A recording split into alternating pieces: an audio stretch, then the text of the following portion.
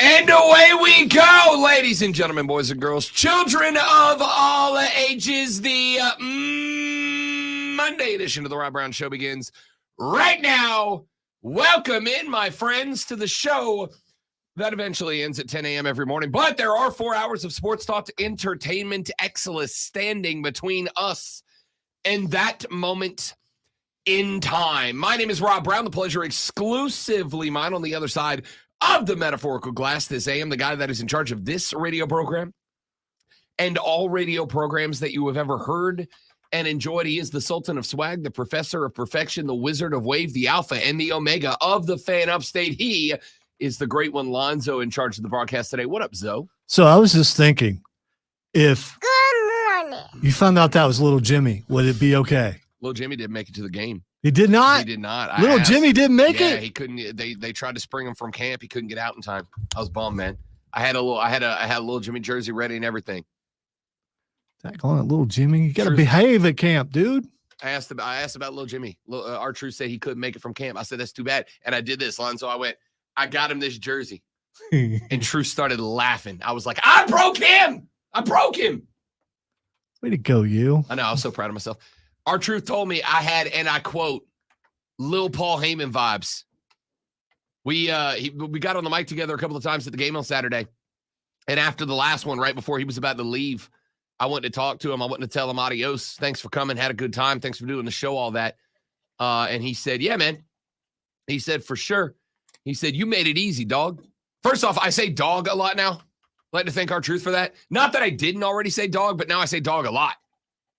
He said, you made it easy, dog. I was like, thanks, man. In my head, I said, thanks, dog, but I didn't have it in me to say that back to him. You use dog all the time. You just put big in front of it. Yeah. So, Now I just say dog. Okay. You All should right. say the end now. Thanks to R-Truth. He said, you made this easy, dog. He said, most people, they just give me a mic. He said, you walked me into it. You got the crowd hype about me. You make it easy, dog. You got little Paul Heyman vibes, dog. So if I don't show up for work over the next couple of days, it's because I quit to go pursue my new dream of being R-Truth's manager. He hasn't heard you say Brock before. I mean, then he'd really be like, yeah. Maybe. I did tell him before the game, I said, I want you to know, I came in here with one goal today. He said, what's that? I said, you broke Brock Lesnar. You will not break me. And he started laughing. And he went, I break everybody, dog. I was like, you will not break me today, Truth. You will not do it. And he tried. He got real close.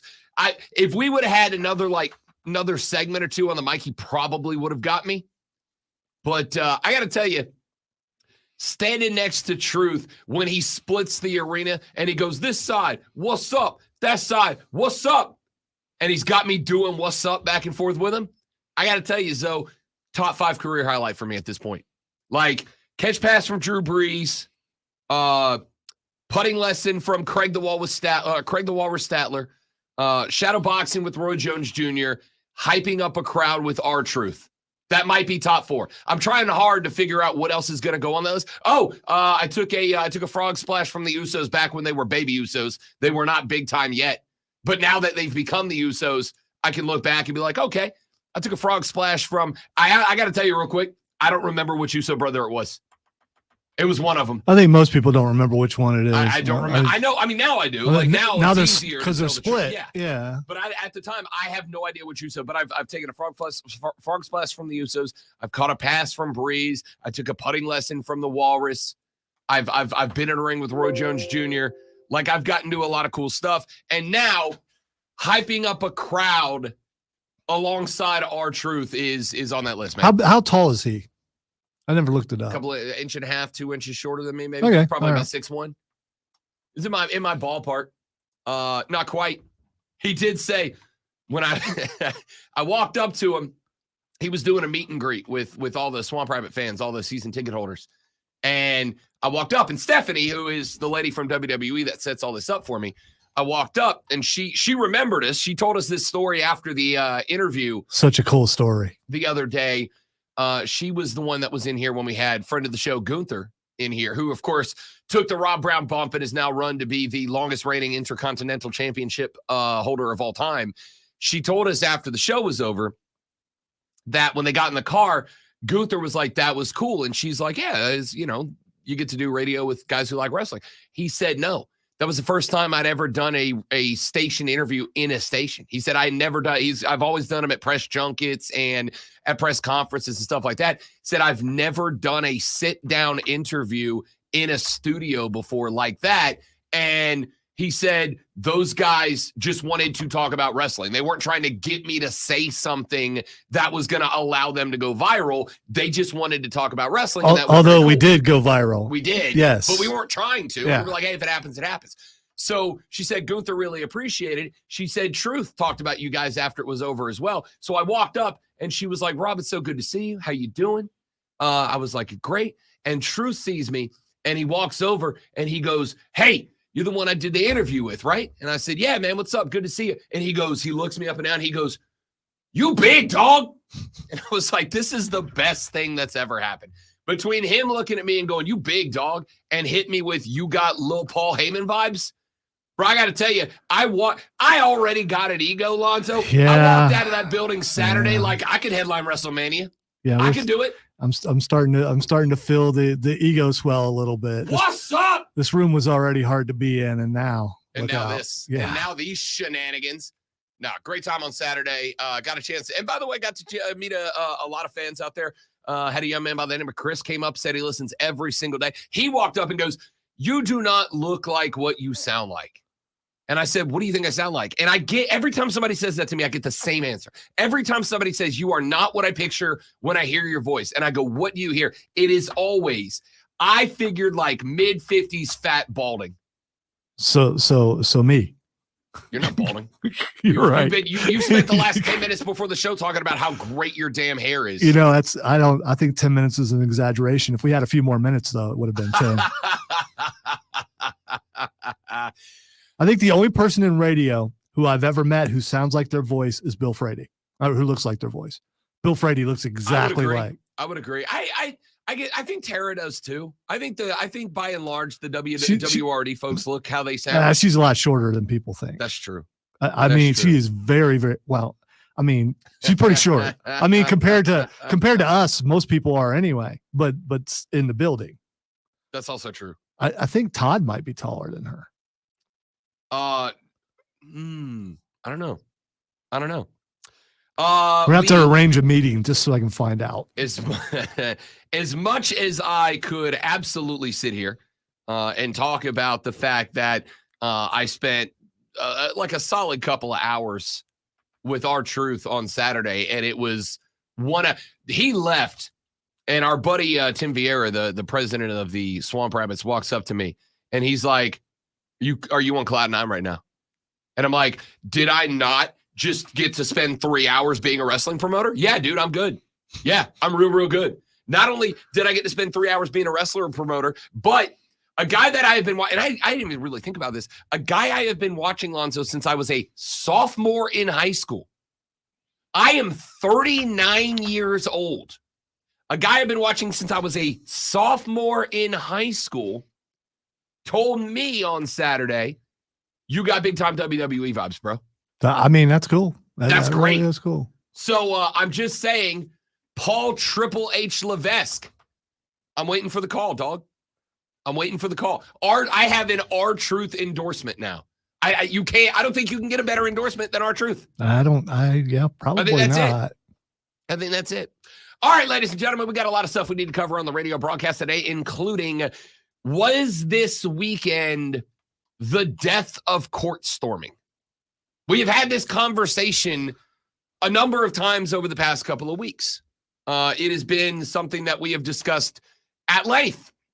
Daggum Mennonites. Is it time for the death of court storming? Did the Amish kill court storming?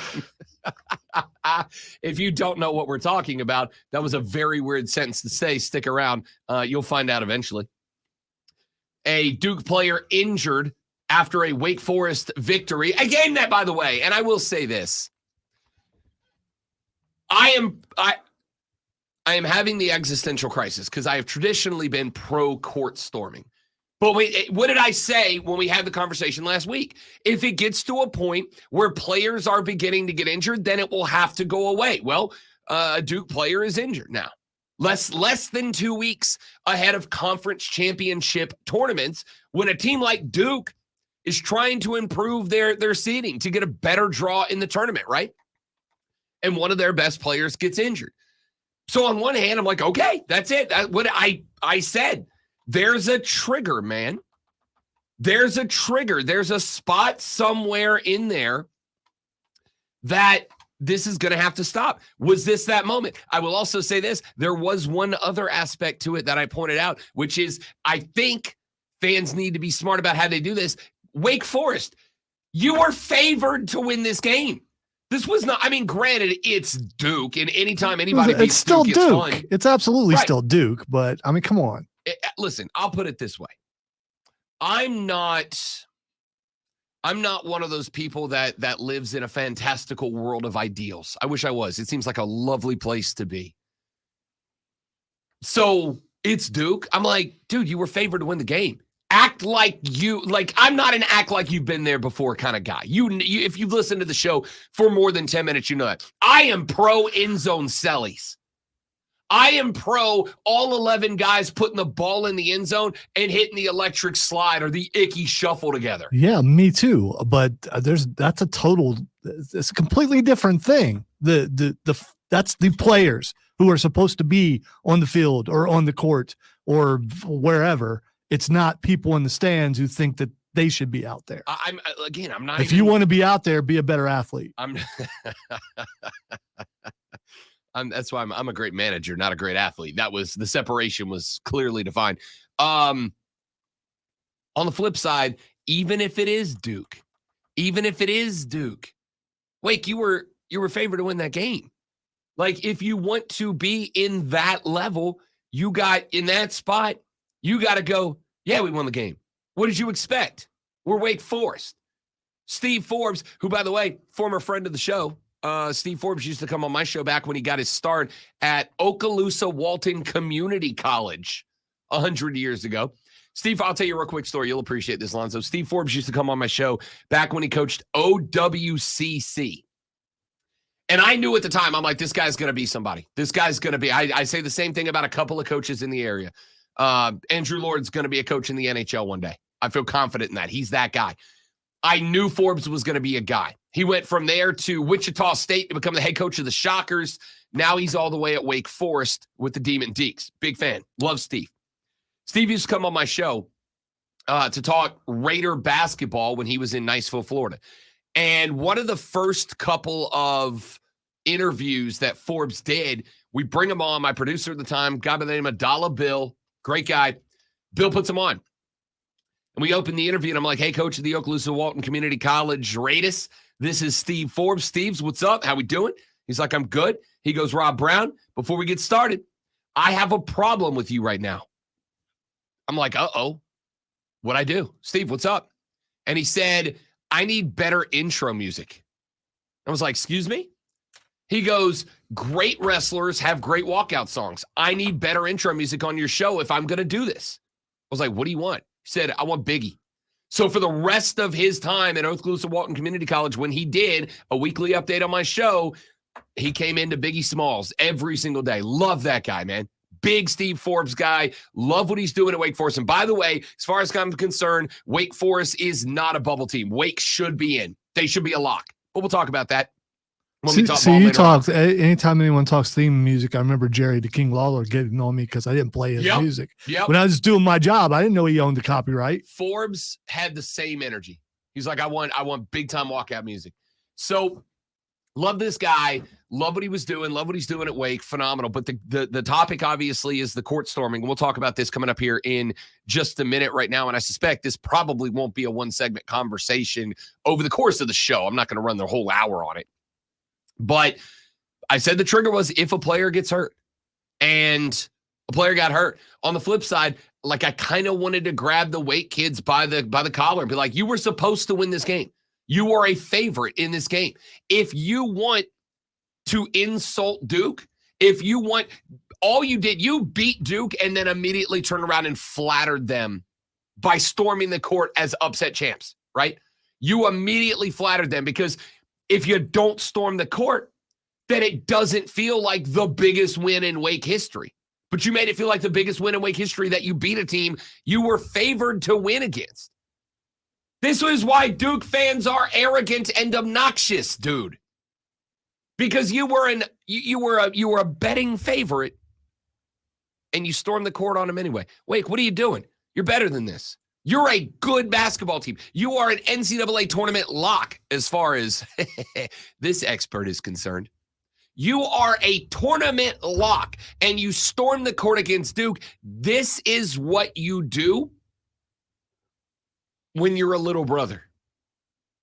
This is what you do when you're a little brother. And this is why people will continue to look at you as Duke's little in-conference brother. You made Duke look like they were the damn, I don't know, Coach K Blue Devils. You made them look like the Duke Blue Devils of old. You made them look like Leitner was still out there. Like you just knocked off the kings of the universe in a game you were expected to win, favored to win. Court storming doesn't have to go away if fans would be not idiots. And I feel like we've kind of gotten to the point where we're blurring the line where fans are acting like idiots. So we're going to talk about this a little bit later on in the radio broadcast. We got to talk to you. We had like 3 different fights in the NBA this weekend. What is going on? And Draymond Green, after a little dust up between the Warriors and the Hornets, and I'll set this up for you later, but after a little dust up between the Warriors and the Hornets, Draymond Green got to a mic, and I am so damn frustrated with Draymond Green because on one hand, I opened up his press conference answer ready to macho man verbally drop elbows on him. Oh, yeah. I was ready to beat the hell out of Draymond, and then he made me and Lonzo laugh for like 3 minutes on the microphone. I was so mad.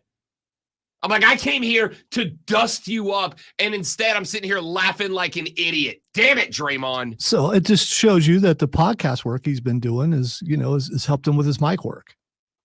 Texter said the Amish are a nonviolent people. Quit trying to throw them under the bus. I mean, Buggy. It's good text. It's a good text. I like that. I'm I like just that a trying lot. to think of I think you got maybe you have a better shot of getting out of the way of the buggy. Maybe. I don't know.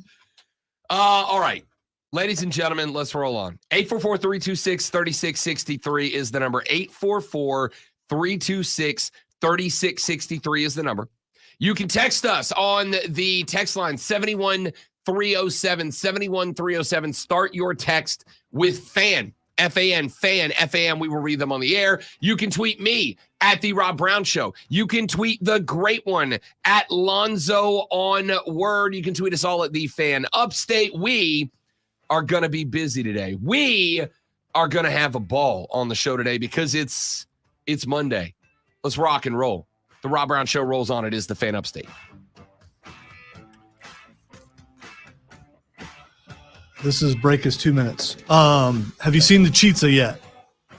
The what? The Chizza. Look up KFC pizza. I did see available today. I'm just saying, available today.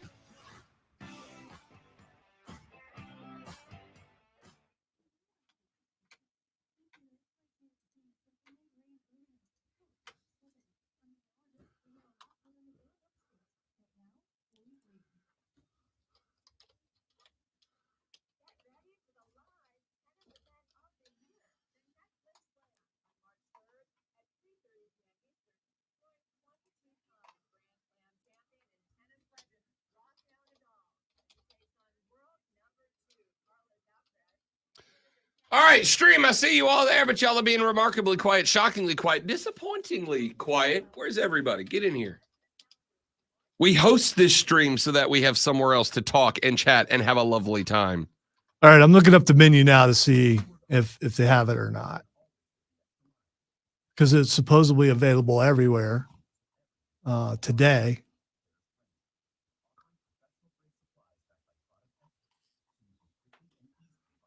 Kentucky Fried Chicken Pizza, you guys in? So I did see Cam's brawl. We're coming to that. Wesley, I get it, dog. I get it. Yeah, that's like his second or third. This is number 2, but it is also I only brought 2 today, so I'm cutting back. I'm only drinking 2 barrels of Monster today. Daddy's got to get real serious about the weight loss now because I am now stretching out hockey jerseys. Hockey jerseys are meant to look loose and comfortable.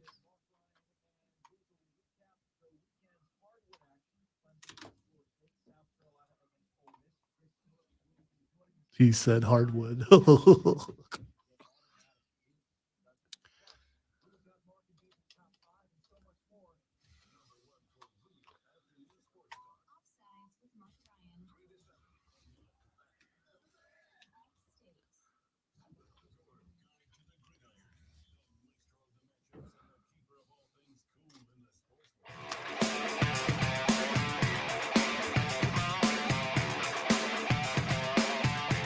All right, folks, the Rob Brown show rolls on. It is the Fan Upstate. I am Rob Brown.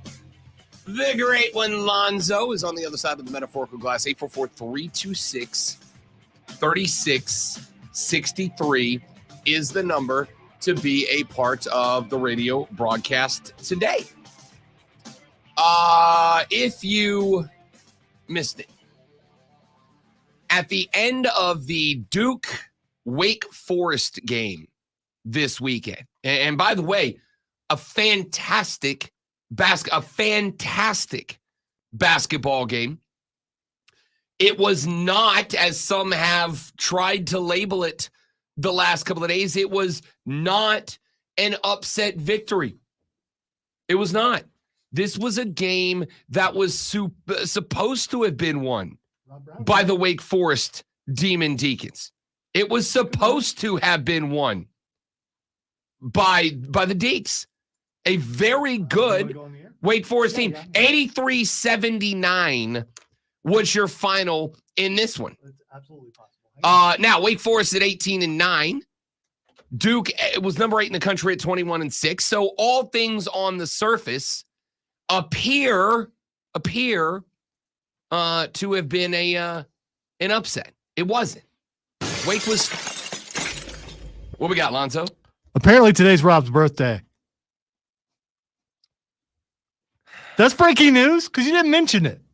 No, I didn't mention it. And I'm going to go ahead and guess by the coincidental timing of that phone call and that glass breaking that was someone I know that called the show.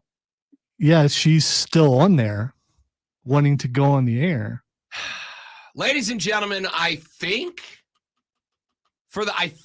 not entirely sure, but I think he could have his call screening software up where I didn't have it up. I didn't know. There's no excuse this time. Now. I mean, it's part of the prep when you get ready to get the show going. I think making her debut on the show is Rob's mom making the airwaves. Good morning, mother.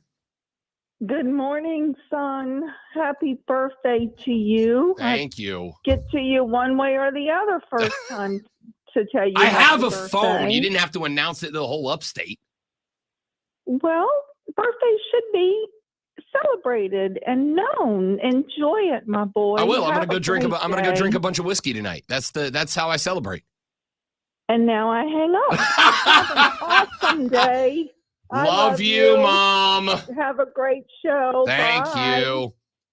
I'm 39 years old, man.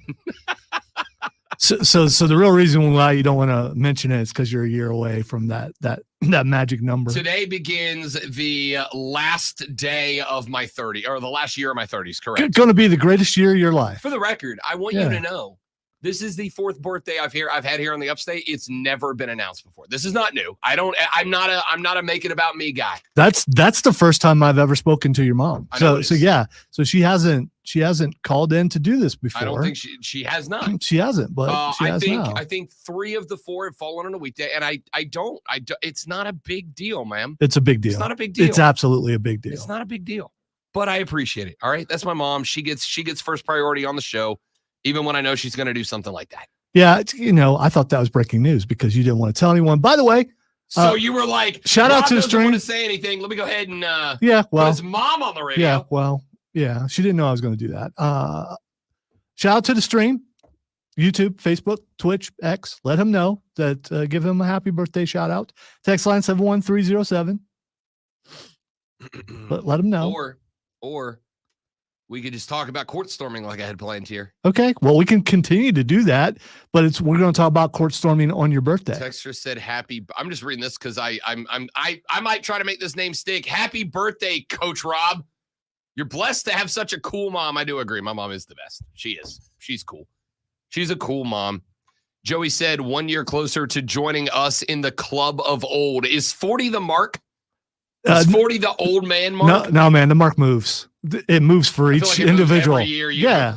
It's 60 for me now. So, I mean, James, Tommy, Brandon, appreciate you guys, man. Thank you all very much. I appreciate it. Yes, it is the birthday today. No, I was not going to talk about it. No, I never do talk about it. You all have listened to this show or this station for 4 years. I've had 4 on our birthdays. I don't bring it up. Hey. And mom ruined my streak. Hey, bro. Would you like a hug on your birthday?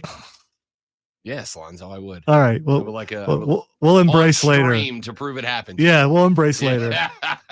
I prefer to only do that when we win stuff, but it is your birthday, so you won life. It is. I mean, I didn't know if I'd make it to 39, but here we are. All right, April, thank you very much. You guys are the best. I appreciate it. I'm also old. It stinks. And if you are a Mennonite, stop storming the courts.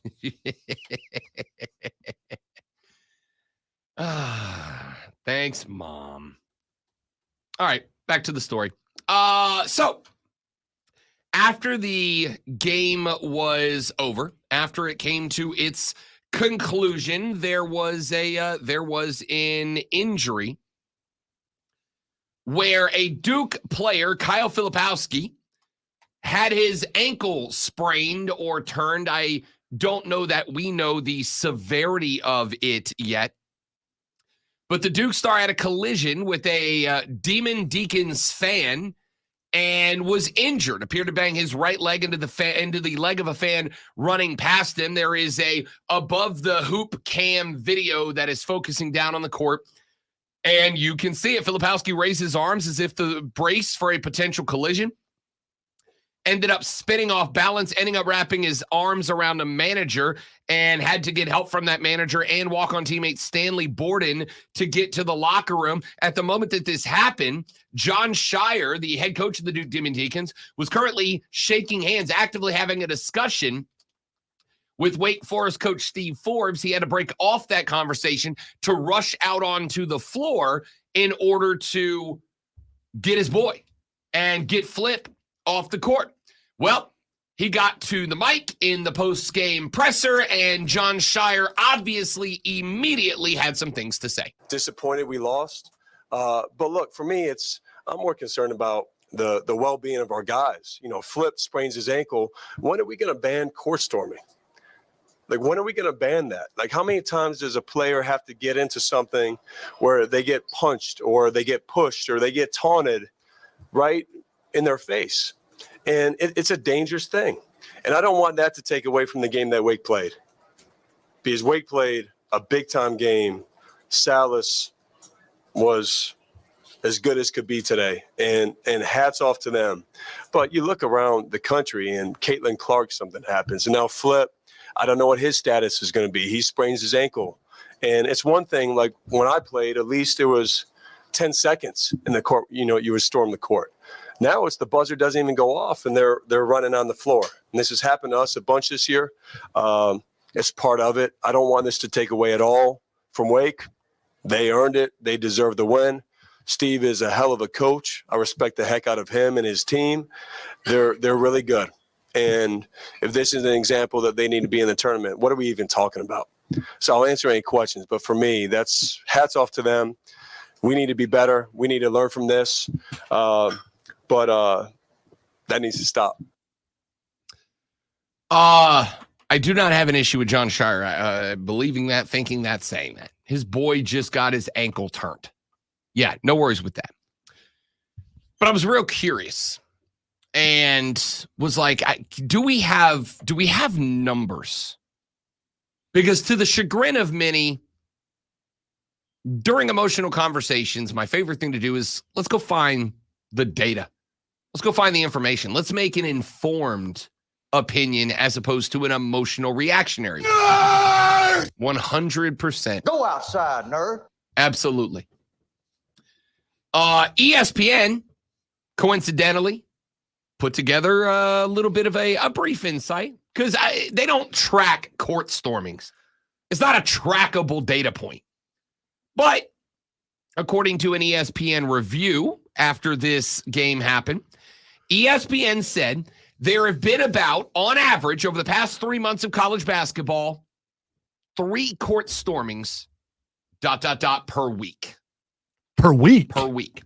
Now, I want to point out to you, on Saturday, across all levels, there were over 300 college basketball games across the country. At all levels, 300 plus college basketball games on Saturday. That was a very packed week. On any given week, there are north of 450 plus college basketball games across the country all week. You think about it, there could be, you take the bye weeks into consideration, if there was a week where nobody had a bye week, north of 600 college basketball games taking place around the country. Now, only a handful of them are the type of game that would deserve a court storming. Let's say 2%. 2%. You were talking on any given college football or any given college basketball Saturday, you were talking 6 to 10 games that are court storming caliber of a victory. I'm not talking about win. I'm talking of a victory. You go, that would be a justified, if you can justify it, court storming. According to ESPN, there have been about 3 court storms a week over the past 3 months in college basketball. And so far, there have been about 10 incidents this year. Now, one of them was very interesting. They say rarely has anyone gotten hurt. There have been, obviously, the Caitlin Clark situation. There is now Kyle Filipowski at Duke. We are talking about over the let's just keep it to this season.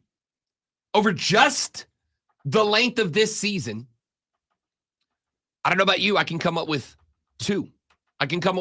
There have been an average of 3 every week for 3 months. I can name 2 times it has been a problem. Yeah, and all those stats, you forgot to mention one thing. That's still too many. Keep your butt in the stand so people don't get hurt. Your ticket doesn't say, also storm the court. You're allowed out on the court. No, you're not. You're not an athlete. Stay in the stand, celebrate there. There's no reason for you to go out on the court. And this is probably, even though it hasn't escalated, but in recent memory, I mean, like the last 5 or 6 years, I don't remember it being this much or anyone getting hurt. So this is the spot where, for me, the conversation shifts from me being a nerd. Go outside, nerd. Who likes the data points, who like the numbers, because I'm gonna be straight up with you. As far as safety goes, that data point's real low. That's not a shocking. If the names weren't Clark and Filipowski, if the names weren't Iowa and Duke, this wouldn't be a conversation. If this happened to some kid and I don't say this to be a jerk, but it is what it is. If this happened to a young lady at Grand Canyon University, and this happened to a young fella at Northwest Florida State College, the home of the Red Raiders, none of you would know what happened. In fact, I will go one step further and say that I'm kind of leaning on ESPN for this because those things may have happened, but they're not front page news. Nobody's talking about those. We're talking about the names. They will be now, though. 100%. It will now be. So now moving forward, now this is something that we're going to track, right? Is this a crusade or is this just a blip? That's the question. Right. And I think that's fair because you are going to have folks like Duke players and John Shire and here, I'll go one step further. Seth Greenberg, big name at ESPN covering college basketball. Greenberg was furious. Wake Forest administration dropped the ball. You have to have a plan in place. If you're playing this game and you're expecting to win, you've got to hire extra security. You've got to have a plan in place to make sure these players get off the court safely. Whether it's create a blockade with your security so the students on both ends can't get on the court, but you've got to have something in place. We played Duke, college game day game, my next to last year. Fortunate enough to win. The day before, there was a full plan and a meeting where they had exactly what was going to happen. If we're fortunate enough to win this game, X, Y, and Z. And you know what? Virginia Tech executed it absolutely perfectly. Wake Forest and their administration, shame on you, because you should have had something in place to make sure, most important thing, the security of the visiting team. End of story. End of story, which, by the way, is going to be a clip on this show, I'm sure. So I will say this. Seth is right. John Shire is right. And then the folks who are pointing out that, at least from a reactionary perspective, this is an issue now. And again, it was Caitlin Clark, it's Kyle Filipowski, it's Duke, it's Iowa. It's a couple of top-notch seeds in the tournament. It's not some little school. Now we're, I think, going to get a better analysis of how big of a deal this is because, as Lonzo's pointed out, now we're all paying attention to it. Now, if a kid at Northwest Florida State College gets dead-legged by a student on the sideline during a court rush, now it will be talked about. Now it's going to make the front page of your favorite sports news article or magazine or whatever. On the flip side, 3 months, averaging 3 storming a week. Now, I'm real bad at math, but let's say on average there's what? 3.5 weeks per month, 4 weeks per month. We'll say 3.5. That means every 2 months, we have 7 weeks. That means there has been, what, 21-ish weeks of college basketball. We're averaging 3 storming a month. We are talking about 70-plus court stormings this year. We have had 2 incidents. Now, so you're saying it's it's higher than 2%. You're saying it's okay then? No, I'm not saying it's okay. Because you haven't said that. So I'm not saying it's okay. you've thrown out the stats, but you haven't said if it's all right or not. What I'm saying is this. This is easily solvable. Okay? And I'm not talking about, because this is where the emotional side of it comes in. Part of what makes college sports different than pro sports is that even though we're not in college sports, especially if you're an alumni, you feel like you're part of this. Not the team, but you're part of what this community around the team is. If you're a Clemson graduate, when you were at a game, you're not at a football game, you were at your game. This is my team. I'm part of this. I'm part of this whole community here. And in college, especially considering who's storming the courts, it's students at the school. They are there. They're not. When I go to a Hornets game, Miles Bridges is not my peer. I don't know LaMelo like that. But the kids that go to that school, they're in school with the kids that are on the basketball team. I'm not saying they're all friends, but they're peers. We are all Hawkeyes. We are all Blue Devils. We are all Demon Deacons. Whatever. We're all that thing. So even if I'm not on the basketball team, I am a Blue Devil, as are you. I am a Demon Deacon, as are you. And that connection is what makes college basketball great. Lonzo, you have pointed out time and time again, the disparity in talent from the NBA to college is oceans wide. It's continents wide. It's not even in the same ballpark. But the difference, and the reason college basketball is great, is student sections. It's people in that arena. It's all and also some really good basketball. Even if it's not NBA caliber, it's still really good basketball. And so to take this thing away that has made college basketball special when there's an easy fix on the table is very simple. Hey, when the game is over, I need 60 seconds to clear the floor. I need 60 seconds. I'm posting in a couple of security guards at every entry point, 2-3 security guards at every entry point with a whatever, a velvet rope like it's a club VIP section. I got 60 seconds to get the visiting team or whatever off the court. Get Duke off the court. If that game ends and Duke's off the court, I'm not worried about handshake lines, whatever. It's 2024. All right. Get them off the court. When they are off the court, open it up. Let's go. Now it's a party. Easy. Done. Now I don't have to worry about those guys anymore. Yeah, but Once you the still have to blue worry about team's people off the being floor- trampled. You still got to worry about people trying to get out on the court and falling down and getting hurt. And whether it's happened before or not doesn't mean it can't happen or won't happen. It's liability. I mean, if you are running that arena and someone gets hurt, gets trampled, you're getting sued, and the university is going to lose a bunch of money. Then I will say, much like I did with the players getting hurt, the day that happens, then I'll worry about it. Don't do it. Don't do it. But here's the thing. I know for a fact because I've worked in You arenas my just entire put it career. into existence. Now it's going to happen. No, I did start this. This is all on me, as Lonzo pointed out. This is my fault. Because it's exactly what I said a week ago, Including the exact body part. including the exact body Yep, part, yep. down to the shot, man. No, I think I said knee, didn't I? Yeah, Did I but say knee or ankle? I It was thought his ankle. it was. I thought it was his I knee. thought I there. said knee. It was yeah, Flip's ankle. Yeah, it doesn't matter. So I think he got hit in the knee and it hurt his ankle. that must have been If it. if you look at the video, it looks like he got hit in the knee and it hurt his ankle. I've worked in arenas at in colleges. I've worked in arenas in professional sports. I've worked in arenas at all level. I do it for multiple teams here in the area. I've done it my whole career. It's one of my favorite things. And I have watched on big game days when the doors to any arena get opened and it's a flood of people. You ever watch the videos of the of Cowboys Stadium? Because now like a good chunk is standing room only. You ever seen the video when they open the doors to Cowboys Stadium for a game? It's like a Black Friday sale on It's towels or stupid. something. Yeah. You know what it looks like? It looks like we all think Black Friday. It looks like what the media wants you to think Black Friday looks like.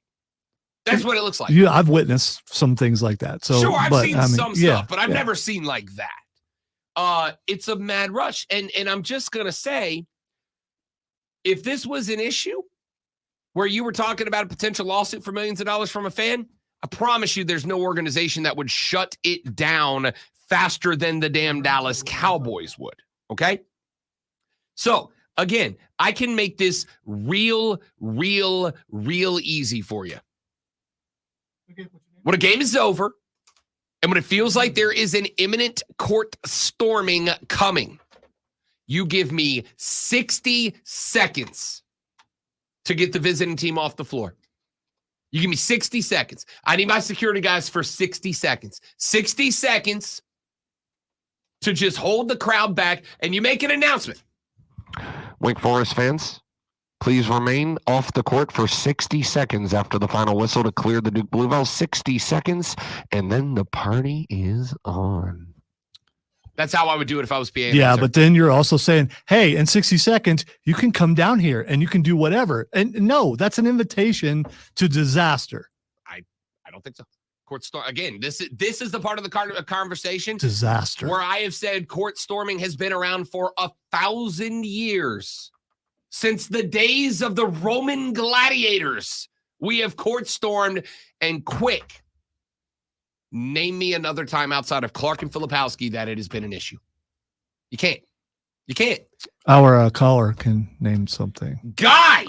Is that correct? Am I going? Or is it French? Is it like Guy? No, you can do Guy. Guy it Good is. morning. Welcome in, Guy. I worked as an usher at Rutgers University football and basketball games. Okay. And another thing to talk about is the state of the fan, even when they get to the game, because we didn't serve alcohol at the football games, but you had fans coming in who were really lit up. And as an usher, you can't touch any of the people. Obviously, you get in trouble.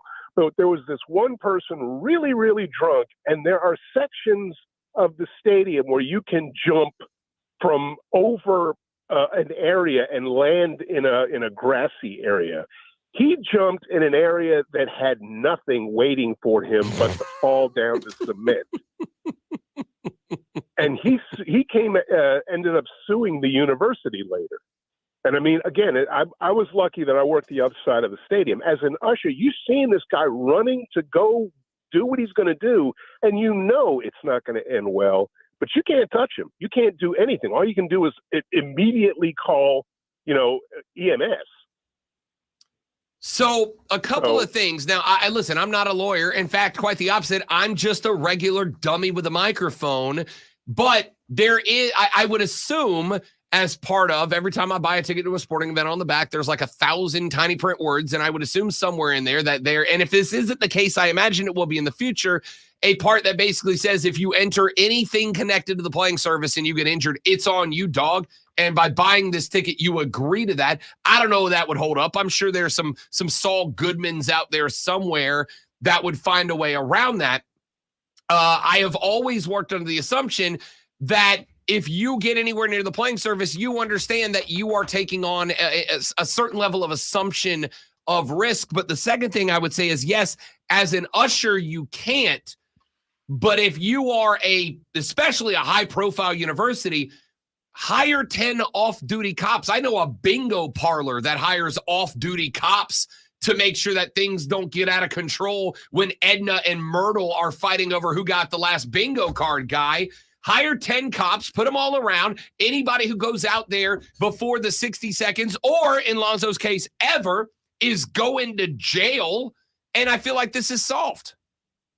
But this wasn't going onto the field. This was a section of the stadium that had, again, you can't cover every inch of the stadium where someone does something stupid when they're drunk. That's true. I would like to say, and Guy, I appreciate the phone call. And this is where Rob gets all sensitive up in his feels. Guys, not everybody who does this is drunk. Not everybody putting back brewskis is suddenly like, let me run out there and go tarps off on the court. Sometimes people are just dumb. By the way, Guy was being specific, though, about an incident where there was alcohol. And you don't want to mess with Myrtle, man. I'm telling you. You come between Myrtle, Edna, and a bingo. Your name's Myrtle. You ready to scrap? Yeah. Because you're just mad at your mom and dad. Cause I mean, Myrtle is, yeah. You may not see tomorrow if you come between Myrtle and her bingo. I have a cousin named Myrtle. You don't want to mess with her. She's mean. We got to take a break. We'll come back here in a minute. Your thoughts are welcome. It is the Rob Brown Show. It is the Fan Upstate. Hope she's not listening. She might come down here. And James, I did not, because the race was on and it was ending as I was getting home from the Rabbits game, but I do have it DVR'd, and like the Daytona 500, I'll be watching it a day later on. I also appreciate the shout out. Thank you, buddy. Brandon, thank you. I very much hope you go get in the hashtag Rochambeau with the hashtag Boathouse tonight, hashtag Solidarity. Wesley, thank you very much. Also, it wasn't the actually Rochambeau. Okay, because how's the name of a band? Okay, my favorite band. Okay, all right. Because I was concerned. Yeah, just a little bit. You don't have a lot of time, so I don't. Apparently, we have 2-minute breaks all day. Yeah, well, hurry.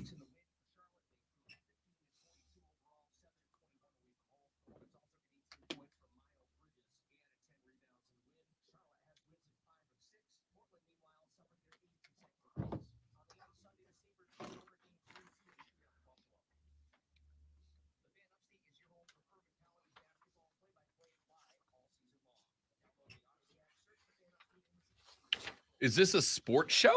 No, we don't do that here. I mean, it is mostly a sports show with some occasional shenanigans tossed in every now and then for the funsies.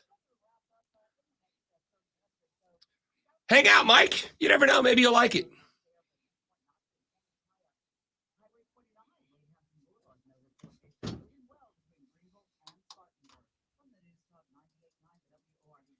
You know how hard it was at the game Saturday not to repeatedly ask people to give me a hell yeah? So tough. So tough. Why didn't you?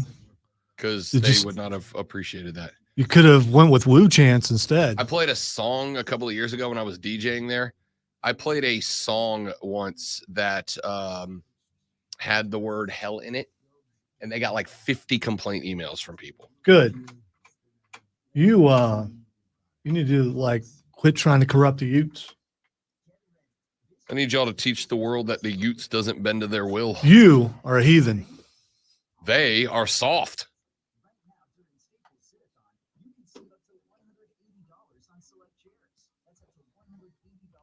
Did you, in defiance, say, I'm just going to do it anyway and do it again? No, I literally told them I wasn't DJing anymore. Ah, okay, fine. I was like, I can't do this. If that is something that is going to trigger people. So how do you work in radio when there are words you can't say? Because there are words that I can say. Well, you can say all the words you want, but I was pushed a button. Correct.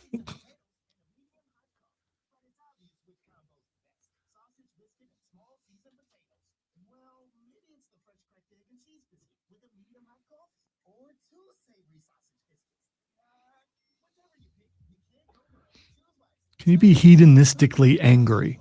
I don't know why that just popped into my head.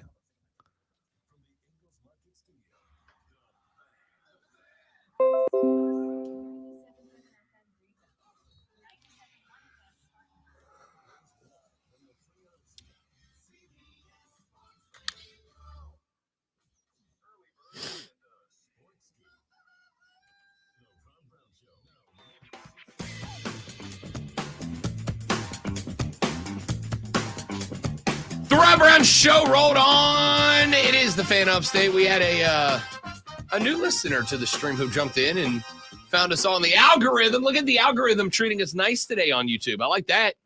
Said, is this a sports show? Not sure why it showed up in my YouTube feed. The answer is kind of, mostly. It's mostly a sports show and then also some other shenanigans. I said we weren't going to spend the entire time court storming, and I, in fact, lied about that. Whoops, my bad. So let's go with this. I said the trigger was going to be when athletes started getting hurt. Caitlin Clark got run up on. Kyle Filipowski got run up on. He turned his ankle in the chaos of the Wake Forest fans streaming to the court to celebrate their victory over number 8 ranked Duke. I think, like I said, it's very fixable. 60 seconds to get the away team off the court, then go bananas.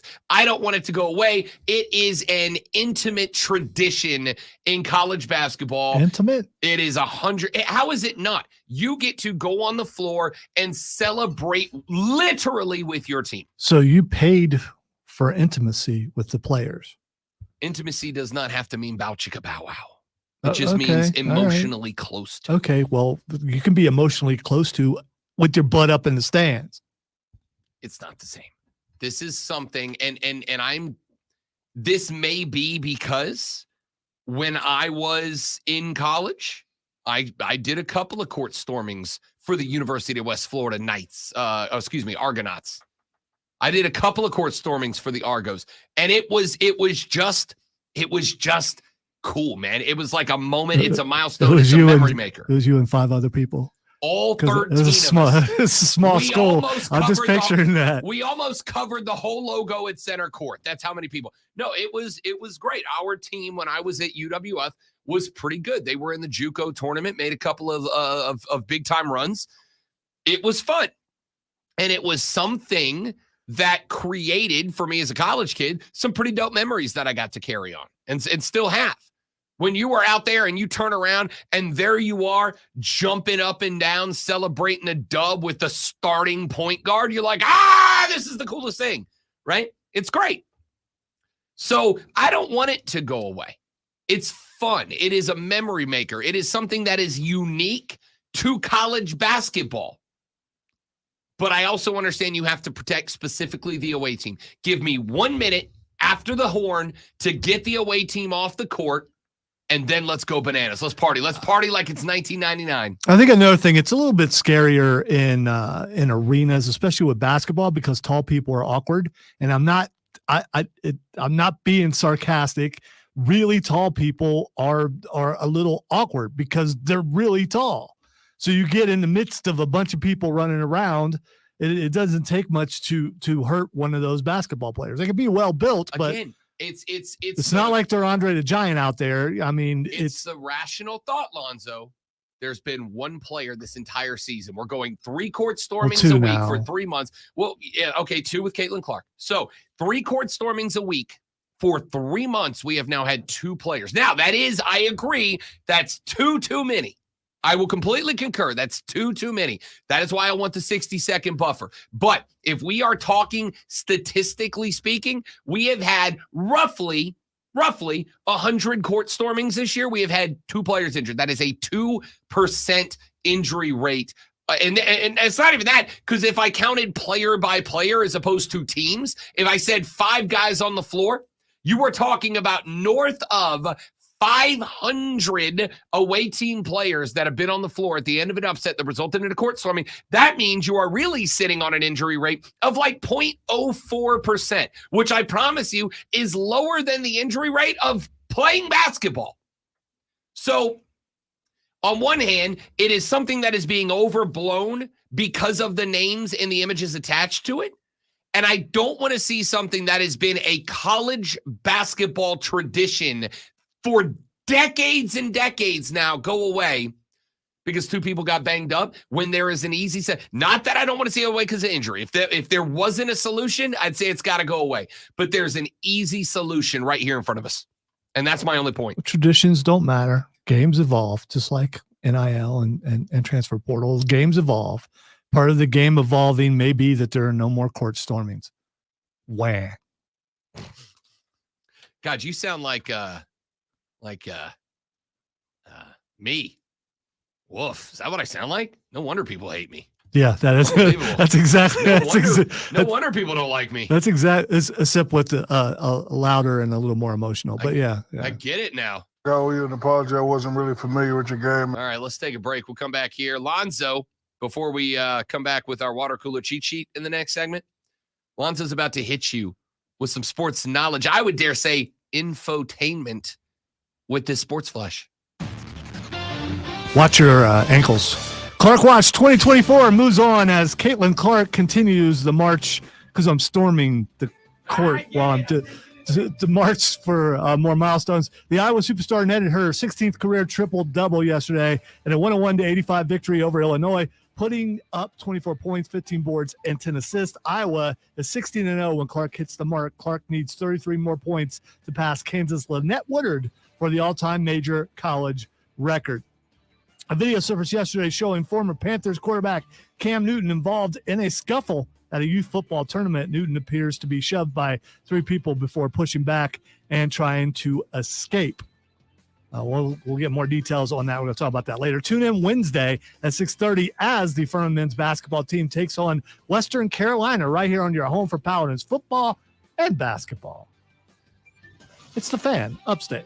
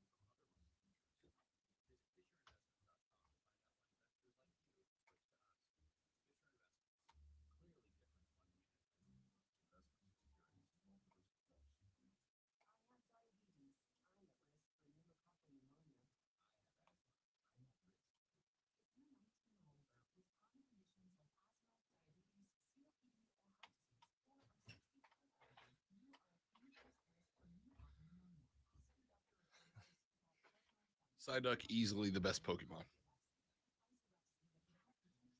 So imagine 20 of those right around there, just all wound up and ready to go at the beginning of the show.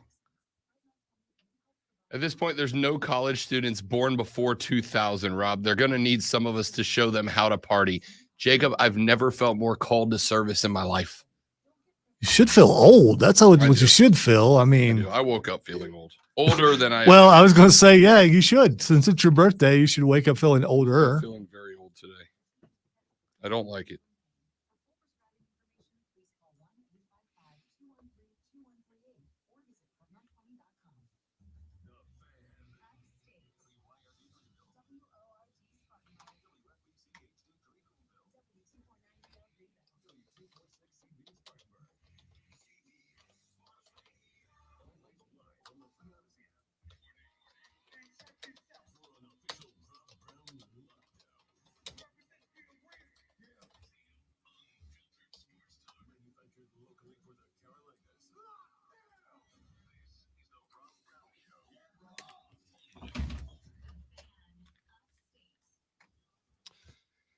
Big Daddy, how you doing? Real good, Corey. Thank you very much. Welcome back, ladies and gentlemen. The Rob Brown Show is on your radio. It is the Fan Upstate. How do you do, Upstate South Carolina? Hello, America. I'm talking to America here. What's up, world? Great to be with you. I am Rob Brown, the great Lonzo on the other side on the ones and twos this morning. Should you would like to be a part of the radio broadcast, now is a spectacular time to make that happen. There are multiple ways that you can do so. The first, of course, is by shooting us a phone call. On the Renewal by Anderson of the Carolinas fan phone, that is 844-326-3663, 844-FAN-FONE. If you want to come at us in that direction, you can text us on the text line at 71307. Start your text with FAN, F-A-N. We'll read them on the air, FAN, F-A-N, and we will read them on the air. You can also, should you elect to do so, shoot us a TweetX post at The Rob Brown Show, at The Rob Brown Show. If you want to come at us in that direction, you're welcome to do so.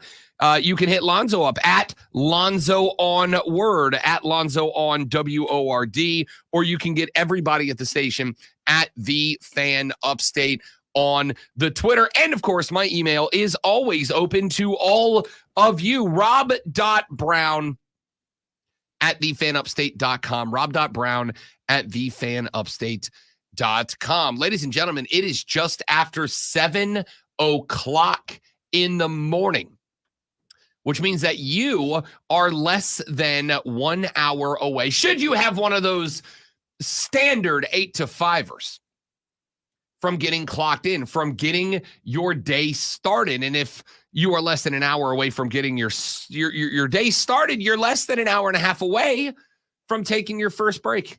You know, go outside, toss back a heater, or maybe head over to the water cooler and stand around and talk sports with your coworkers. And if you're going to stand around and talk sports with your coworkers, you're going to need this. Are you ready for the playbook of the peculiar, the almanac of the absurd, and the encyclopedia of the extraordinary? Well, you better be, because we're diving headfirst into the 3 top stories that will have your coworkers saying, "Feel me? For real? Do you feel him, sir?" I do. First bathroom break. No. Here we go. Welcome to the water cooler cheat sheet on the Fan Upstate. That's good use of that clip. Good use of that clip. Item number 1 on the water cooler cheat sheet. Top 3 sports words you need to know before you go start having sports. You need to say the full. I was waiting for you to say the thing. You hesitated. It's item number 1 on the water cooler cheat sheet. Then I hit the thing. There was hesitation there. Man, you're losing it already. You just 39. I wasn't really. I cut Shaq off too. I'm just having a bit. You know, you turn 39 years old, and then it's just because you look on the horizon and there's that 4-0, and you're thinking, let's be real. You know, I have 2 milestones left. 40, dead. That's it. That's what I got left. I got 40, and then I got dead. No, that's not true. Milestones. I turned 40, and then it's a few more years, and then I'm dead. No, it's 40, 50, 60, then dead. Maybe. I don't know. Maybe. I don't know. I by the way, I hope not, because I'm a lot closer to that than you are. So no. Just like that. No. All right. 39, 40, death. That's the milestones. All right. Let's get to your water cooler cheat sheet, the top 3 sports stories that you need to know before you go start talking sports with your coworkers at the office. Now we do it correctly. Item number 1. Carolina Panthers are in the midst of the off season. Of course, the next big thing that's got to get done is you got to start putting together your free agency class. Players are available to be engaged in negotiations right now. But the other thing that is allowed to start happening at this point on the calendar is franchise tags. Franchise tags starting to get handed out around the league. Now, the Panthers have yet to officially tag anybody, though the thought is that Brian Burns will ultimately get tagged. Agent Zero will catch a franchise tag, and the belief is that either he will be tagged and they'll work on an extension that goes into play next year, or could be involved in a tag and trade, which is where they will tag Brian Burns in order to maintain the rights to his contract, only to then trade him somewhere else where he can work on that extension. Either way, the thought is Carolina should be theoretically heavily involved in the free agency market. I have said that the strategy for me is going to be target wide receivers in free agency and draft every lineman you can get your hands on in the NFL draft at the end of April. Well, that is a viable strategy, or at least it was. Because one of the biggest fears that I have is there may not be many available wide receivers to be gained in the free agency market, at least not the quality that you are looking for. If you are the Panthers, you are looking for somebody that is a game changer. I don't need another Adam Thielen. I need somebody who can be a number 1. And unfortunately, one of the names that I was looking at is now off the board. Cincinnati Bengals wide receiver T. Higgins has been informed that they plan to hit him with the franchise tag rather than let him test free agency. That report coming from Ian Rappaport. At the wide receiver position, the franchise tag is expected to check in around $21.8 million. The deadline to use the franchise tag is March 5th. Between now and then, the Bengals can still sign T. Higgins to a long-term extension if they can reach an agreement. Now, Higgins is coming off the least productive season of his career, primarily due to 5 games missed with injuries. He posted a career-low 42 receptions, a career-low 656 yards, a career-low 5 touchdowns, and a career-low 42 receptions. But keep in mind, not only did he miss 5 games, but Joey Ice was unavailable due to injury as well. Joe Burrow had that injury early in the season, was not able to recover, and so T. Higgins was working with Jake Browning. T. Higgins has played the role of number 2 in the Bengals offense behind, of course, Jamar Chase, who is entering his 4th season on his rookie deal and will almost certainly have his 5th-year option picked up this off season. T. Higgins can be a number 1 wide receiver. T. Higgins can absolutely be a guy that can carry your offense. T. Higgins is a quality wide receiver. I am begging you, please do not look at T. Higgins' numbers and think that the former Clemson wide receiver is down. He's not. He was banged up for a lot of the season, and he was playing with a backup quarterback for the rest of it. However, either way, doesn't matter if you're a Panther fan, because T. Higgins is off the board, will either get his extension with the Bengals or will be tagged. Let's go to item number 2 on the water cooler cheat sheet. There it is. I expanded the thing. And you lost it for a second? No, I went to the empty cart under it. Missed the button. Happens to the best of us. I did not know if this is something that you guys are interested in, but I have to assume to some degree it is. If you will take a walk back through time with me, let us go back to the before days. Let us go back to a long, long time ago. Let us take ourselves back to 2020. If I could turn back time. 35 years ago in 2020, the coronavirus pandemic was raging across America. The country was, by and large, shut down.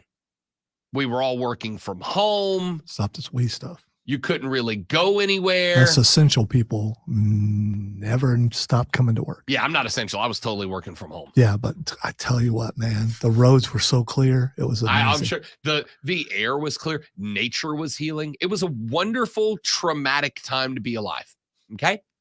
So during that pandemic, there were, you may recall as sports fans, no sports going on. There were just no sports. And so we entered what Mark Ryan and I declared to be the most difficult era in the history of our industry. You know what we did? We won the Star Award. We did. That's how good we were. We entered a period of time where we were tasked with doing sports talk radio when there were, and this is true, no sports to be radioed. Your fascination with marble racing during that time was disturbing. It has not died. I love marble racing. It's a fantastic time passer. So I'm glad you remember that. I love marble racing. So during that period of time, I am your memory, dude. Come on. You're not entirely wrong. I mean, I am 39. I'm losing it. So we entered a time where anything was going to hold our attention. It was the era of Joe Exotic, the Tiger King. But there was another documentary series. It was called The Last Dance. You may remember it. It was a documentary that circulated around Michael Jordan and his last run to a title with the Chicago Bulls. And it was a fascinating documentary that took you behind the scenes. And it was that point where Mike said that it was actually food poisoning, not the flu. I still think it was a hangover, but that's another discussion. It was a fascinating time where we were getting the behind-the-scenes stories about Dennis Rodman and the Carmen Electra days. Who could blame him? There was a lot of stories going on. Except for after it was over, there were a number of former Bulls that had a problem with the documentary. Said, hey, it's not entirely true. And that checked out because the documentary had to be signed off on and approved by Michael Jordan, the subject of the documentary. Winning. And as I've said many times in the past, if a documentary is made by and signed off on by the guy that the documentary is about, it's kind of hard for me not to be a cynical son of a gun about it. Well, in what is being called by many as petty, Scottie Pippen and other members, Horace Grant, Luke Longley amongst them, of those last few years of Bulls teams are going on a tour together. The tour together is a series of speaking engagements called the No Bull Tour.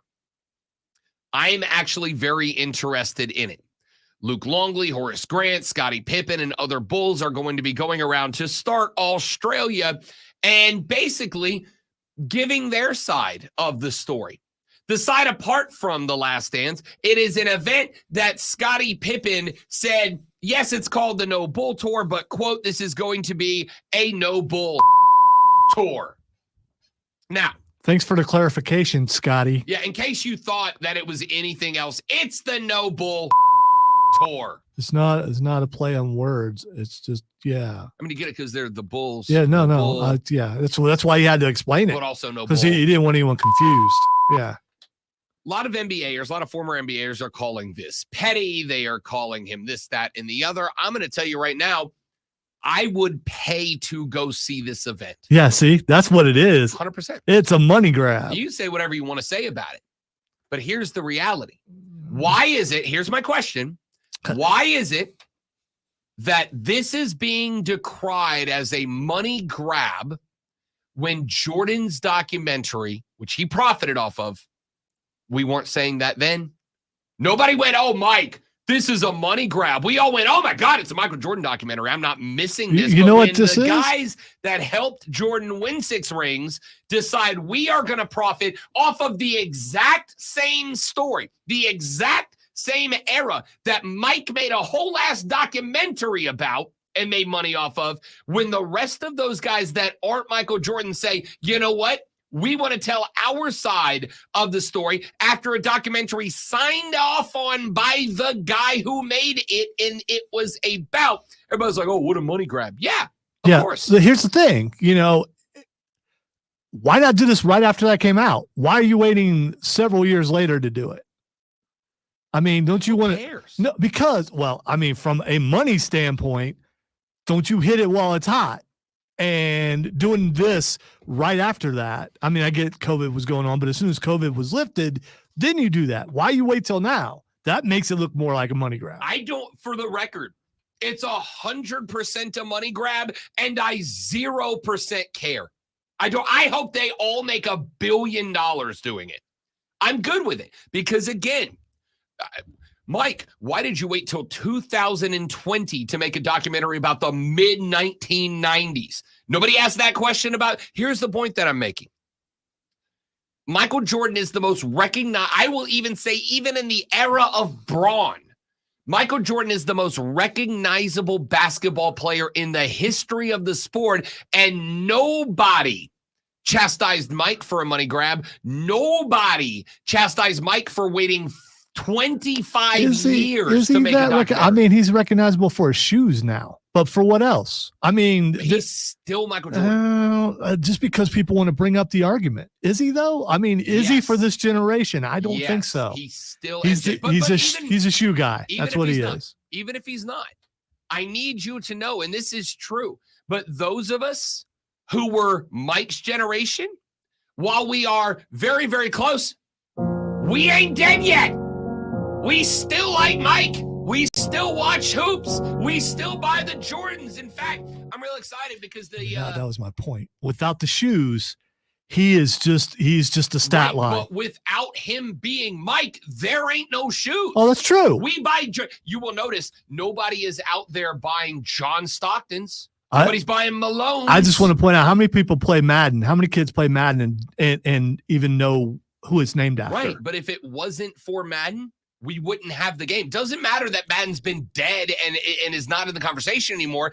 If John Madden wasn't John Madden, we might have a different version of it, but we wouldn't have the Madden franchise. Jordan is no longer relevant in the way that he was. He's no longer relevant in the way that he was. Right now, he's just a shoe guy. I disagree with you entirely, but we'll come back to that because I want to finish the thoughts on this. But I disagree with you. I will say this. The problem I have with people piling on Scotty and the boys for doing this is that all the things they're hitting Scotty and the boys with, all of y'all, and I'm going to use this phrase, and by y'all, me too, but I'm the one defending Scotty here. Bootlicked MJ and didn't ask him any of these questions. Nobody called it a money grab when Jordan approved the documentary about Jordan and signed off and had to make sure that every line that got said in that documentary was cool by Jordan. Nobody went, oh, Mike, this is not okay, man. And we all went, oh, yeah, let's watch the hell out of this. But when everybody on that team who's not Michael Jordan said, hey, it was kind of a bull documentary and it was kind of wrong. We want to tell our side of the story. Now it's a money grab. Now they wait. Why'd you wait so long? Why did Jordan wait 25 years? If he's not culturally relevant anymore, why are we getting that documentary 24 years after he retired? I have a prediction. Partway through the tour, Tony Kukoc will join the tour and Scotty will go sit down. That's a real good joke. Scotty said a lot of people really want to ask us questions about that bull documentary, but just come out and get tickets and you'll hear a lot. Scotty, listen, as Lil Paul Heyman, all right, as Lil Paul over here, our truth endorsed, as Lil Paul, I'm going to work with you on your promotional language, all right? Because you don't just go, come get your tickets and you'll find out. You got to be a little more subtle. But I hope this tour makes them all $1 billion. All right, let's get to item number 3.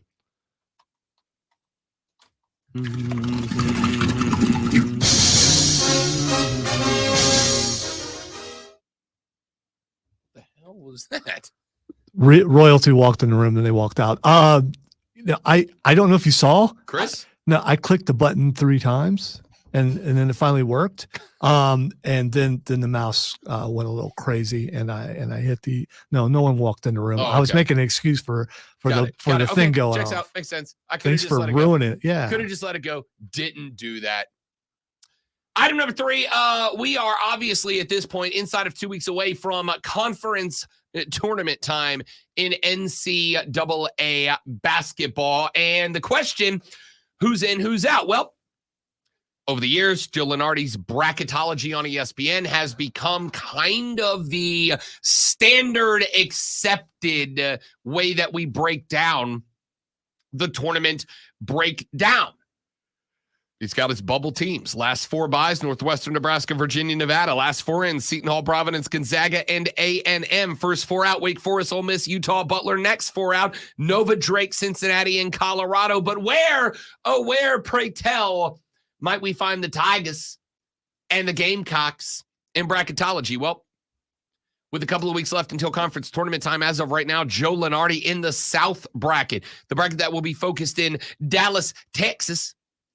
That is where you will find the Clemson Tigers. And right now, playing out of the Spokane bracket, you will find Clemson at number 5. And a nice little benefit of being that 5 seed, while you are subject to the 12-5 annual upset, the good news is you are in the 5 position that gets you the winner of a play-in game. Right now, Clemson, listed at number 5 in Spokane, out of the Dallas side of the bracket, would catch the winner of the 12-seed play-in game between Providence and Texas A&M. Weird couple of teams there. Texas A&M primarily, one of the most up and down teams, one of the most Jekyll and Hyde teams in college basketball right now. They have games they come out and they look like they can beat anybody on planet Earth. They have other games they come out and they look tragic. So not a bad spot for Clemson. South Carolina, you're going to find them in the Eastern bracket with a first game in Charlotte, North Carolina, where they take on the Nevada Wolfpack. They are listed right now as a 7 seed. We saw South Carolina projected as high as a 5 seed at one point. But of course, a couple of L's, including a beatdown at the hands of Auburn, have dropped them a couple of seeds down to number 7. The problem isn't Nevada at number 10. The problem is the AQ out of the ACC you would catch in round 2. That would be the Tar Heels of North Carolina. Come on and raise up. We could have an SCNC showdown in round 2 up in Charlotte if bracketology ends up being correct. So South Carolina listed today after this weekend as a 7 seed. Clemson, after a win over Florida State this weekend, now listed as a 5 seed, catching the winner of Providence and Texas A&M. And that's where they stand in the tournament right now. There's your water cooler cheat sheet, top 3 stories you need to know. Let us run to a break. And when we come back, we have got a ton of things that we need to get into.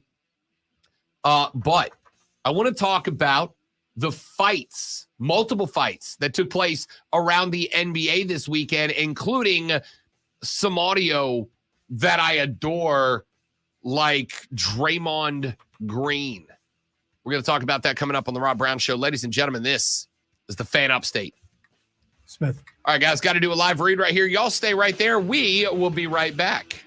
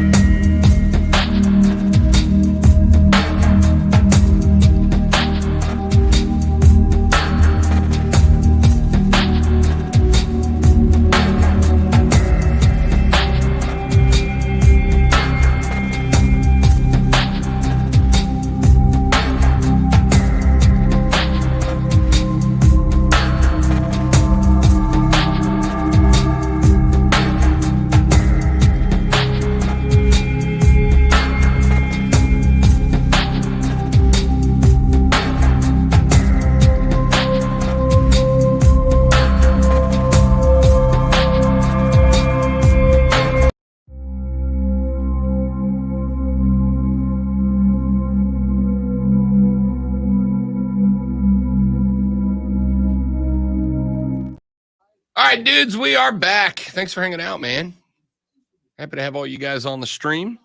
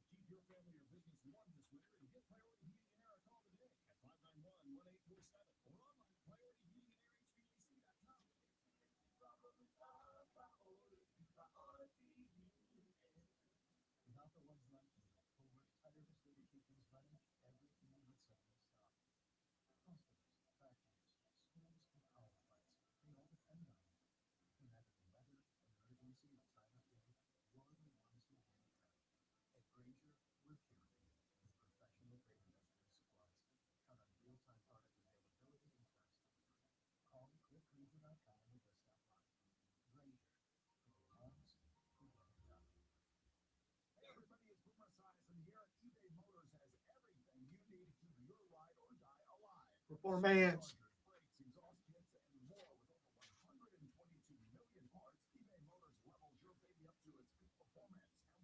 Performance.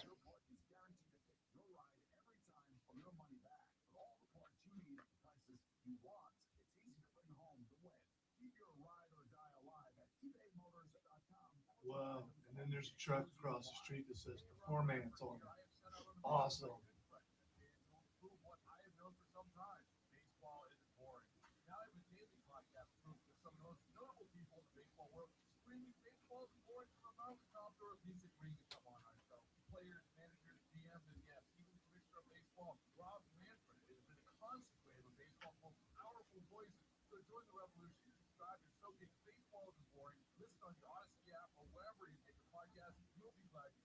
Sponsored by Progressive Insurance. Progressive Commercial Insurance can protect your small business with over 30 coverage options and easy-to-use mobile app, personalized discounts, and more. Get a quote in as little as 6 minutes at progressivecommercial.com. Discounts and coverage selections not available in all states or situations. Take control of your listening experience with Bluewire on the Odyssey.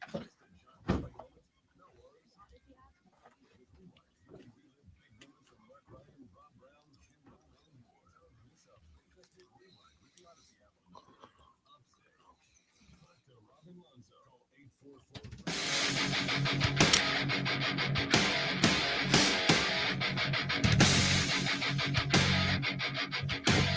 So we talk a lot about unwritten rules on this show.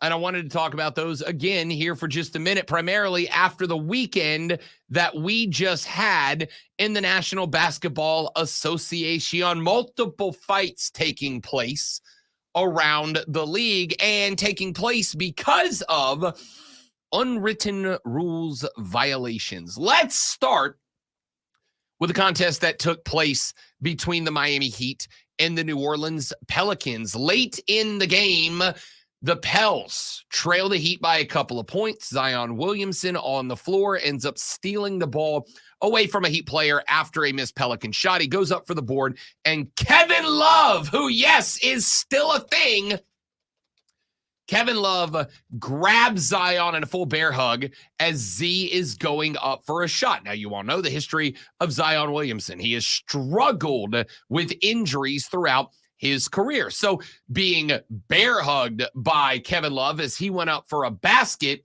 and being taken down to the ground was not something that the Pelicans were happy about in this happened.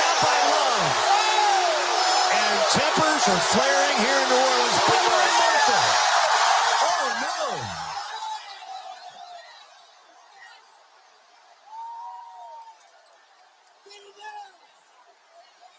Oh no. What just happened? Najee Marshall, Jimmy Butler. It all started with a Kevin Love foul on Zion.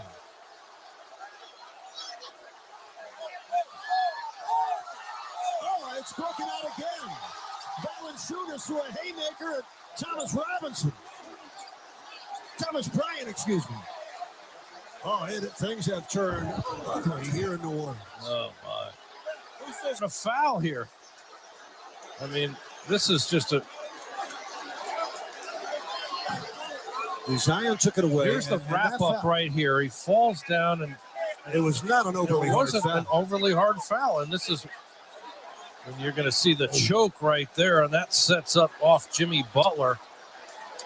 And all of a sudden, pandemonium.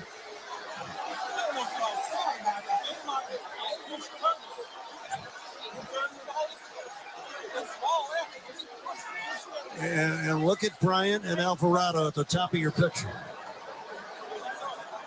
We will be going for a potential flagrant and then a hostile act that does not dissolve. See them right there, right at the table, Alvarado and Bryant. Oh, and then Looked like Alvarado threw a punch at Thomas Bryant. Right, he had Willie Green standing next to him to help break it up, of course.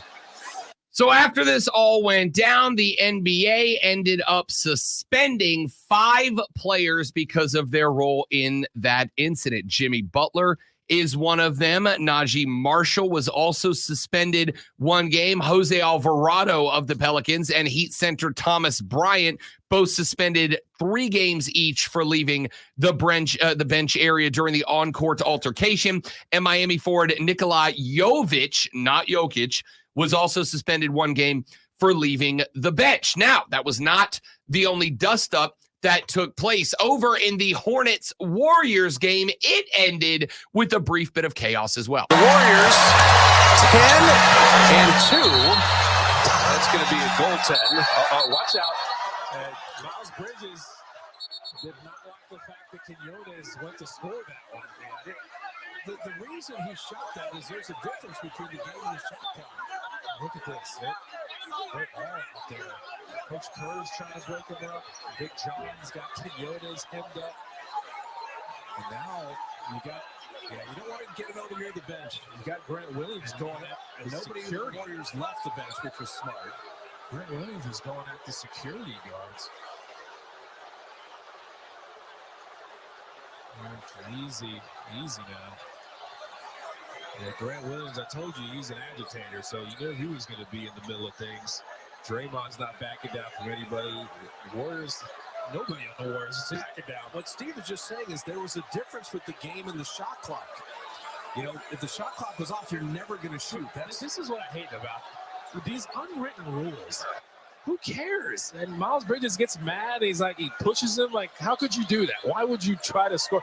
Come on, man. Like, this is not an altercation that does not immediately dissolve. The entire altercation is under review. I appreciate the Dubs announcer there going, hey, man, like, don't be, like, I understand the unwritten rules, but don't be dumb. But do you understand the unwritten rules? I Yes. mean, I understand them. Just because I don't. No, I was talking about anybody. I mean, because they it might be different team to team. I think that, and obviously it depends on the sport you are talking about, but more often than not, yes, I understand the unwritten rules, and I don't have to agree with the concept to understand what they are. There are rules in all sports that I don't like the rules, but I understand why they're there, even if I disagree with the foundation. The concept of you've already beat me, don't show me up is one thing. And that's basically what the Hornets were mad about, right? That's what Grant Williams was mad about. You've already beat us, don't show us up. But that brings us to Draymond Green. And I would like to play a little game that we call, hold up, we're going to play you noted agitator Draymond Green's post-game press conference answer when he was asked about this. And I'm going to play it not because he gives some deep, insightful thought, but because when we played it this morning, when I started it in order to get angry at Draymond Green, because he said, hey, Grant's got to knock off that tough guy BS. I clicked play to be big mad. this AM, and instead, Lonzo and I found ourselves in the fortress of nerditude laughing at Draymond. Actually, laughing with Draymond because he's unfortunately very funny. So we're going to play a game called Hold Up, where we're going to roll the audio. And if any point Lonzo or I would like to add commentary, we simply say, hold up. We pause the audio. We insert our brilliance, and then we roll on. Let's go to noted pain in the Draymond Green. Yeah, I don't really understand why people get so mad at like somebody scoring at the end of the game. It's like this dumb, unofficial, unwritten rule. Hold up. Thank you, Draymond. That's all I have. Keep going. That everybody get mad. Like, if y'all were winning by 13 points, would you get mad if he laid the ball up? I doubt it. And so it's kind of like a sore loser type thing. Like, and you know, Miles is my guy. That's my little brother. So I'm not going to sit here and go in on Miles. Miles can do no wrong to me. But Grant Williams got to stop it, man. He can't keep being like this tough guy is going absolutely wrong for him. Okay, hold up. The tough guy. Being the tough guy. Did he mean I'm the tough guy? Nobody else can be the tough guy. I mean, look at me. So Grant Williams is a dude that before he was with Charlotte, he was with Dallas. Before he was with Dallas, he was with Boston. He was sent away from both of those teams unceremoniously because he kind of has a history of being, you know, that guy that goes to the bar and he's the one that picks fights and then he expects all his boys to get up in it and defend him. That's kind of been this guy's tenure. Yeah, there's one of those in every group. 100%. And that guy sucks. He might be your best friend, and you'll be like, hey, bud, you're my best friend, and you suck, dude. Yeah, Jerry. You gotta stop, suck. Jerry. You gotta stop, I don't know why I picked that name specifically. Yeah, I do. Actually. Nobody likes Jerry. Exactly. Keep going. Like, he's a really nice guy. And for some reason, he keeps like trying to jump on the unlikable side. And I must tell you, it's not always fun over here. Hold up. Draymond, thank you. Thank you, my guy. I don't like you. You're absolutely a pain in the rear end. You are absolutely a fake tough guy. But thank you, because if there's one thing about a great heel that we appreciate, Lonzo, what is it? That they freaking own it. This is what I said. I got a promo running right now about Jim Harbaugh where I'm like, Jim, stop trying to be the likable guy. Stop trying to be like, oh, everybody's out to get us and it's not fair because we're real good people. No. Just own it. Just own it. Just own being the bad guy. Draymond just owned being the bad guy. If nothing else, I still don't like you, but I appreciate that. It's not always a good time. And so, I don't know, man. He need to figure it out. Because, boy, I mean, talking too much kind of got you out of Dallas. Like, overdoing it. And he over there talking too much now. So, you might want to slow down and stop all the tough guy stuff. You know, you want to be the president of PA and stuff, man. You can't be out here doing all that stuff. You don't see CJ McCollum running around being a tough guy. Chris was tough as hell as the Players Association president, but like CP's 6 feet. Like, you gotta have. Hold up. He just proved my point, man. Short people. Short people. Some nastiness to you to be that great and be 6 feet tall. I don't know what Grant Williams out here doing, man. That dude is he into it with everybody this year. And then he came over to our bench, thought he was about to have a friend. Ain't no friends for you over here, my man. Hold up. I love that so much. I love that. Because Grant went over after he kind of started this whole thing. Like, he went over to the Warriors bench to be like, hey, you going to come get your boys? No, dude. This is when Jerry picks the fight. Every Jerry, I don't know why we went with Jerry either. Every Jerry. Oh, I absolutely know why we did. But anyway. At some point, picks a fight, looks to his boys to defend him, and you, as Jerry's boy, got to go, no, bro. Let's be real. You earned this ass whooping. You earned this one, dude. This one's on you. You handle it and let it be a lesson. I appreciate Draymond saying that. Hey, where was Steph during this? Was he hiding under the bench? Steph literally sat on the bench with a towel over his head, didn't move, watched the whole thing, didn't move. And I loved it, for the record. I loved it because he was going, you're the, like, respect, because I know that it's our market. But he's like, you're the Charlotte Hornets. What do you got? No, I'm not getting in the middle. In fact, and it wasn't just Steph, literally, Zoe, not one Warrior moved from where they were on the sideline. Steph was sitting down with a towel on his head. Dre was on the sideline, arms crossed. Clay wasn't out. None of them moved. It was hysterical. Because if there's one thing Jerry hates more than when his boys don't have his back, it's when he walks up and pushes the guy he wants to pick a fight with, and the guy goes, okay, dude, okay. Go sit down, Jerry. Go down there and talk to your guys. You can't come over here and talk to us about what just happened with our players. Like, no, we support him. Also, there's a 2-second differential in the shot clock. Would you like us to take another turnover? We got enough turnovers on this game as it is. With 22 turnovers, you want us to get 23? You also cannot press down 13 with a minute to go. And then somebody shoot a layup with 22 seconds to go. And you get mad. Like, with 2:45, we took our stars out. Go sit down. It's over. Game is over. Go sit down. They didn't want to go sit down. So if y'all still playing, then play. Don't stop now because there's 22 seconds left and you finally feel like it's out of reach. Clearly, we thought it was out of reach at 2:45, which is why Steve took everybody out. So now that you think it's out of reach, it's okay. Like, oh, it ends now. Like, no, it doesn't work like that. And so I'm really sick of guys with this. Like, oh, you scored at the end. Rah! Like, bro, you should have did that a long time ago. And yeah, man. Pray for Grant Williams. That's the best walk-off line ever, dude. Dre, I don't like you, but I kind of like you right now. I don't like you, but I kind of like you right now. My man hit him with a, hey, you guys were pressing us with a minute left to play, but you got mad we scored with 22. And by the way, the game clock was lower than the shot clock. They had to shoot or just give the ball back to Charlotte. Granted, the game was over, as Draymond pointed out, but he said, you were pressing us full court with a minute left to play down 13, and you got mad we scored. No, that ain't it. And then he walked them off with, pray for Grant Williams, man. Chuckle. Damn it, Dre. I do not like you.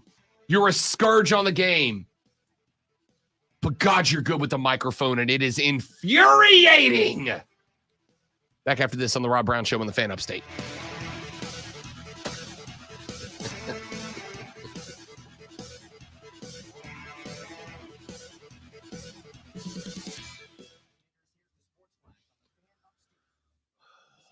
Two minutes. Beautimus.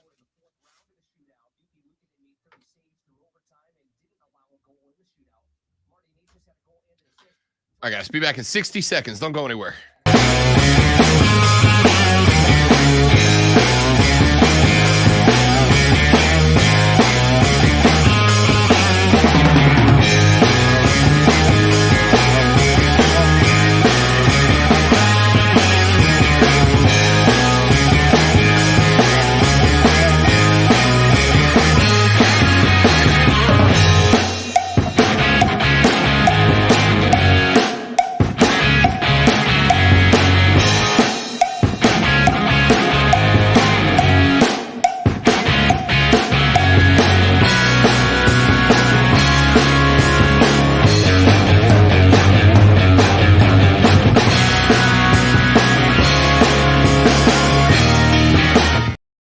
Seconds, nailed it.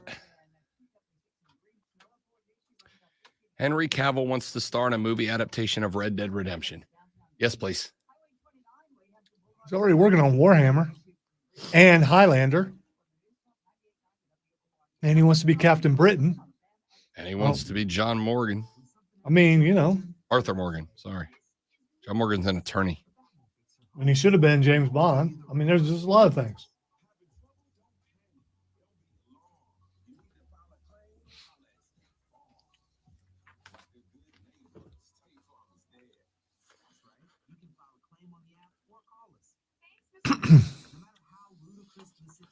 Thanks, Mr. Chris.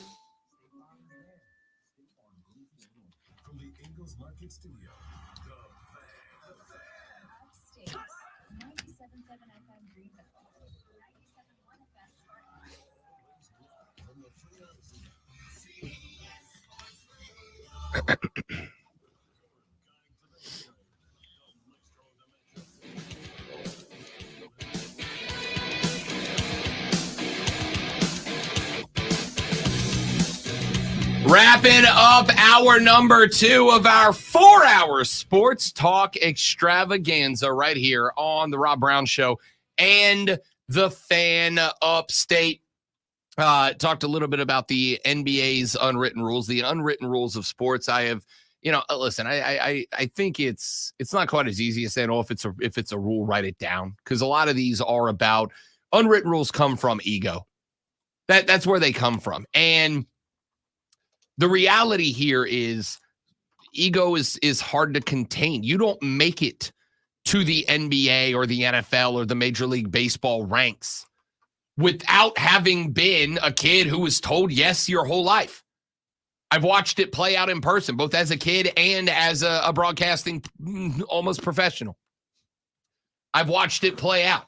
I watched a kid who went to my high school, who went on to a major D1 university and set records there. I watched this kid get away with everything for 4 years. Everything. I've told the stories on this show before. And for some reason, people were absolutely stunned when he got to the D1 university and was kind of a jerk. And people were stunned when he got drafted to the NFL and he washed out after 2 years. You want to know why he washed out? I know why he washed out. I've talked to him about it. He washed out because in his first year, when he was trying to make the team, he played for a very well-known old school gruff coach. Hell, I'll tell you, he played for Tom Coughlin. And in one of his first practices, he told Tom Coughlin when a route in the scheme was designed for him to go across the middle, I don't go across the middle. This is a guy trying to make an NFL roster. Told Tom Coughlin, I don't go across the middle. Tom said, you do on this play. And he said, Coach, I don't go across the middle. I'm not built for that. Tom Coughlin, from all accounts, is like one of the meanest coaches of all time in the NFL. It's a complete crap. Tom Coughlin takes none of it. So guess where that kid ended up playing his first year as an NFL rookie after being drafted on the practice squad. Then in his next year on the practice squad, he pulled the same stunt. Told a coach, I'm not running that route. That's not my route. That's not on my route tree. Guy said, you're a practice squad receiver, buddy. Every route is a route you run on the practice squad. And he said no. And he was out of the league just like that. Now, I can happily say that he is completely matured as a person. But athletes at the highest level have an ego. That's because we celebrate sports so much. It's kind of on us. It's kind of our fault. So these guys get mad. Oh, you don't have to run up the score. You're humiliating us. But this is also why I've said, and I know that I've taken some heat. There is a reason that I have said Little League sports are important. And part of the Little League sports, and I don't care how good the kid is learning how to lose. Is learning how to be coached, is learning how to be told no, or do this or you're not playing.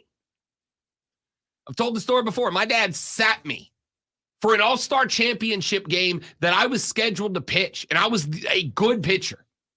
He sat me. Why? Because I wouldn't turn my hat around during batting practice. Now, the lesson there was not do what I say. The lesson there was sometimes you got to do stuff you don't want to do for the betterment of the team. Sometimes you've got to do things that you may think are silly or frivolous for the good of the team. And I learned how to A, be coached, and B, do something I don't necessarily love or even think is dumb for the betterment of the team. These guys have egos because of the way that we celebrate sports, because of the way when someone stands out at a sport, they don't get told no. People fawn over them. Women throw themselves at professional athletes. We as dudes fall over backwards to just be around them. Hell, I include myself in that number. I spent Saturday just like yes manning and hype manning a pro wrestler. It was great. It was awesome. It was like a lifelong experience, man. It was great. That's where these unwritten rules come from. And unfortunately, by the time they get to the NBA, That's ingrained. That character trait is ingrained in them. They've spent, at the minimum as an NBA player, at the minimum, 10, 12 years being told they're great, they're amazing, they're the best at everything, you're super stellar, your teachers are doing your homework for you. And by the way, I watched a teacher get ripped in high school because she was going to give this elite receiver a grade that would have lowered his GPA far enough that he could not have played football. This was a D1 scholarship athlete his sophomore year getting offers. And she was going to fail. She was going to flunk him from a class he didn't show up for, which means he couldn't have played football. And she got beat up enough that she changed him to a D so he could play ball. So no, it wasn't a shock to me that when this kid ended up playing big-time ball, he was kind of a jerk. Why wouldn't he be? They literally changed the actual results of his actual life just so he could play football. It's not a shock. It doesn't shock anybody. Or at least it shouldn't at this point. So when this kind of stuff happens because of the unwritten rules, like Draymond's right when he said it's kind of a sore loser mentality. But yes, because and this is why I got frustrated. I know we had some fun last week when I was talking about my nephew's Little League basketball game, and I was kind of beating up on the fact that they don't keep score. My nephew comes up to me, he's like, "Who won?" And I'm like, "You lost. You lost. Your team lost." And he was real sad. He was real sad. My brother's like, "Well, we don't keep score. We don't keep score. We're like, we don't, we want them to enjoy playing the game." I'm like, dude, you have to learn how to lose. You have to learn if you can't learn how to lose on a basketball floor, how the hell are you going to deal with an L in real life? Hell, if I couldn't deal with L's in real life in this industry, I'd be doing something else right now, because you get handed L's routinely in this business. And you got to learn how to work through them. This is why, and I know it's kind of been like a running joke on the show, but this is why I've said Little League sports are something that all of us, even if you don't have kids, should support. Because these kids, you've got to learn how to take an L. You've got to understand that your real world circumstances have an impact, have consequences on every aspect of your life. So when these guys get to the show and they're getting mad that the other team scored a bucket with 22 seconds left to play in a game where the objective of the game is to checks notes, score buckets, it's a little frustrating. It's a little frustrating because we've all been dunked on, metaphorically speaking, in real life. We've all been dunked on. And if you don't know how to deal with it in our real world, you get kicked out. You get fired. You get whatever. You got to learn to get dunked on. You got to learn to take the L, and you got to learn to translate that into how do I get better and move forward. I can't have guys throwing fists at each other because of unwritten rules. It's a joke. And I'm not an athletes or role models kind of guy, but I also understand reality. I get it. Let's take a break. My name is Rob Brown. The Great One Lonzo is not only on the ones and twos, not only the EP, not only Alpha and the Omega, but he is also the bringer of the Sports Flash. About to dunk on this thing. You'll see the Panthers and the rest of the league will have a bit more room to breathe as the NFL has announced the 2024 salary cap will be raised to a record $255.5 million this year, a $30.6 million increase. The jump is the largest single-year jump in the history of the salary cap, dating back to 1994. 2 weeks before conference tournament, and both Clemson and South Carolina have been named tournament locks by ESPN's bracketology. South Carolina is projected to be a 7 seed in the East, joining 1 seed UConn and 2 seed North Carolina. Clemson is projected as a 7 seed in the South, joining 1 seed Houston and 2 seed Tennessee. So both going dancing, according to bracketology. Tune in Wednesday at 6:30 as the Furman men's basketball team takes on Western Carolina right here on this very station on your home for Paladins football and basketball. That would be us, the Fan, upstate.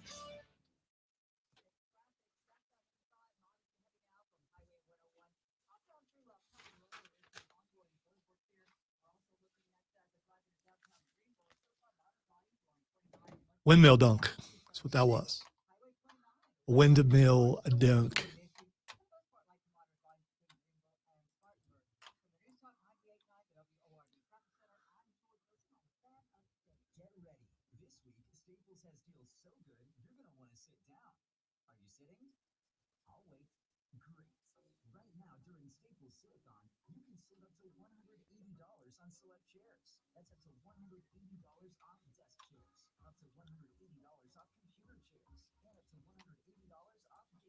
Excellent sports. It was a windmill dunk. You what? It was a windmill dunk It was. over a 7-footer. Because, Thanks, Tommy. I appreciate you, buddy. I love you. You're the best. It means the world to me, man. Sincerely. Does it? It does. Wow, boy, it sounded like it. I just was, man. I was nearly in tears with the,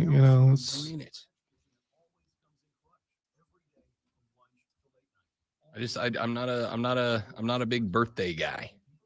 that's weird. I also Because you're a person. Hey, let's celebrate. Hey, let's celebrate. Hey, let's celebrate. Nope, birthday. Don't want anything to do with that. No, thank you. I don't think it's modesty. I like celebrating where everybody's included, not How- where the focus is. Why would everyone not be included in the celebration of your life, Rob? That just doesn't make sense. By you not wanting to celebrate your birthday, you're taking it away from everyone else who wants to celebrate your birthday. It's very selfish. I'm a selfish guy.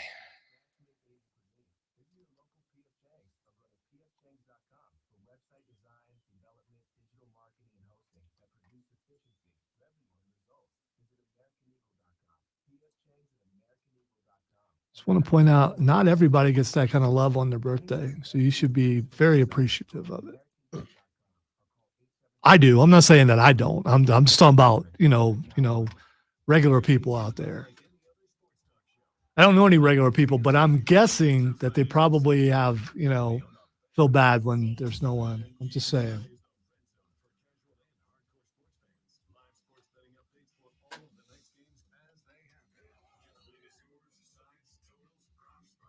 Cindy Crawford out here netting goals at the Blackhawks game.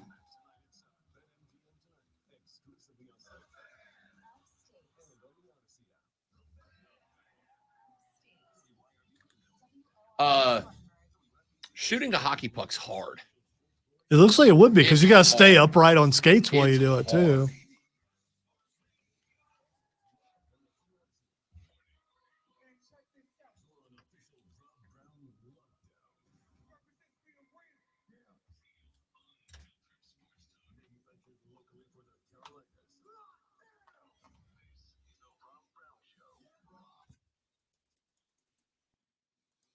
What's up? What's up, man?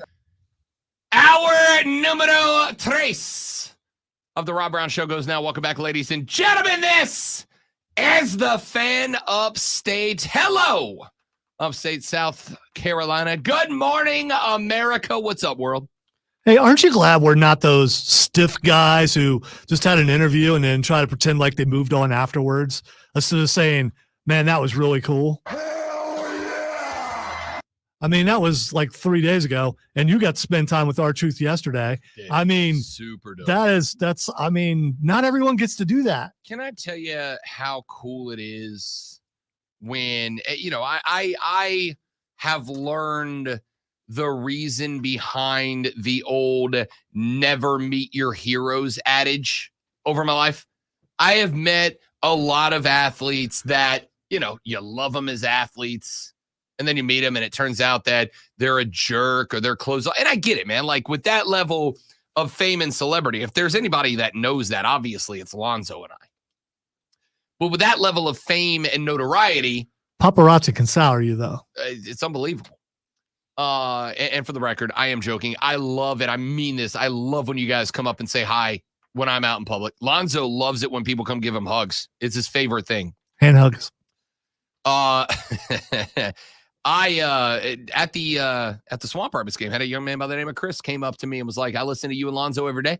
I love y'all's show. Thank y'all for what you do. And I was there, as a matter of fact, hanging out at the hockey game during a break with our boy Joey B. And I looked over and I said, I got to tell you, dude, I've been in this game 17 years almost. Never gets old. Never gets old. But I also understand I'm not a world famous pro athlete, right? I'm sure after so many times of not being able to go anywhere without being hounded, it probably gets old.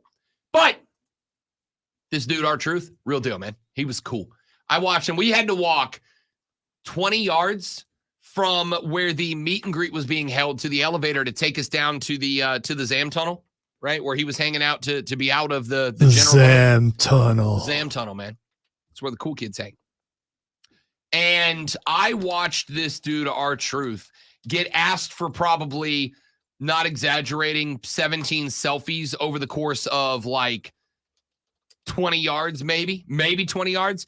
And every single one of them, he was like, yeah, man, absolutely. Let's do this thing. Let's take a picture. Threw up his hand sign, smiled, like had the time of his life. It was very cool to watch that dude play out. I have seen the "don't meet your heroes" adage many times. This dude is, as the kids say, Lonzo, a real one. He's a real one. Still will go down so far the most comfortable interview I've ever been a part of. What's up, man? Like, he's just that guy all the time. It was great. I've got a buddy down in South Florida who has 2 kids, and R-Truth is their favorite wrestler. They love it. And how couldn't you, dude? He's the funniest man in the game. So I was like, hey, I hate to ask. I know you've been asked a million times. Could I ask you to take like a 5-second video? Just tell them hi. He's like, yeah, for sure. He goes, what's their names? I told him the names. I was like, hey, Nick and Dante. I'm at a hockey game, and this dude wanted to say hi, and I gave the camera the truth. And he looks, he goes, Nick, Dante, can y'all do me a favor? Can y'all write a letter to the Judgment Day? Because they won't listen to me, man. And like did this whole, like in kayfabe, did this whole thing for these 2 kids over a video that he didn't know who they were. Man, it was great. Signed off in the video. He's like, wish y'all could be here. Y'all be good. See you on Raw. It was great.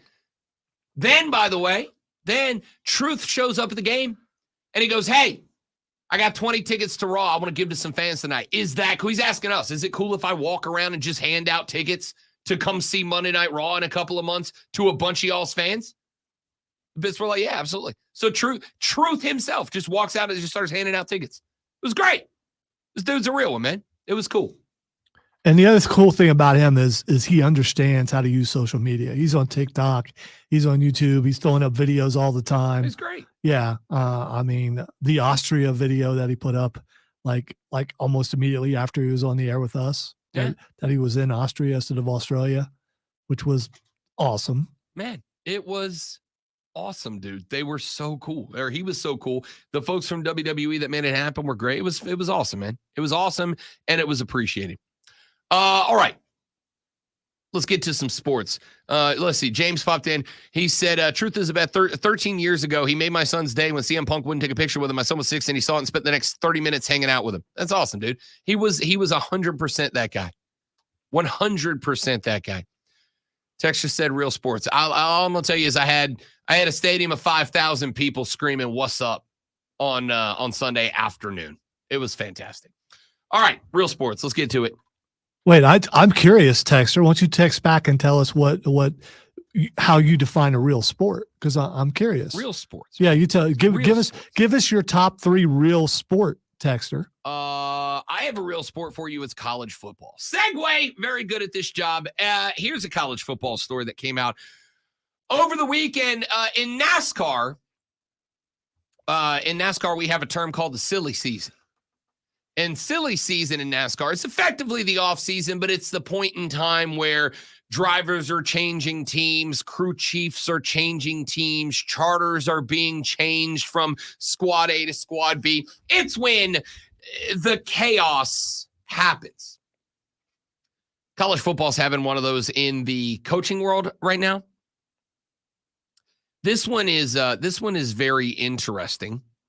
We learned over the weekend that James Coley, who was recently hired on to become the South Carolina wide receivers coach, stayed on board for a little while and is now leaving to go back to Georgia. Previously coached at Georgia from 2016 to 2019, went to Texas A&M the last 4 seasons. Obviously, there was a coaching change at Texas A&M.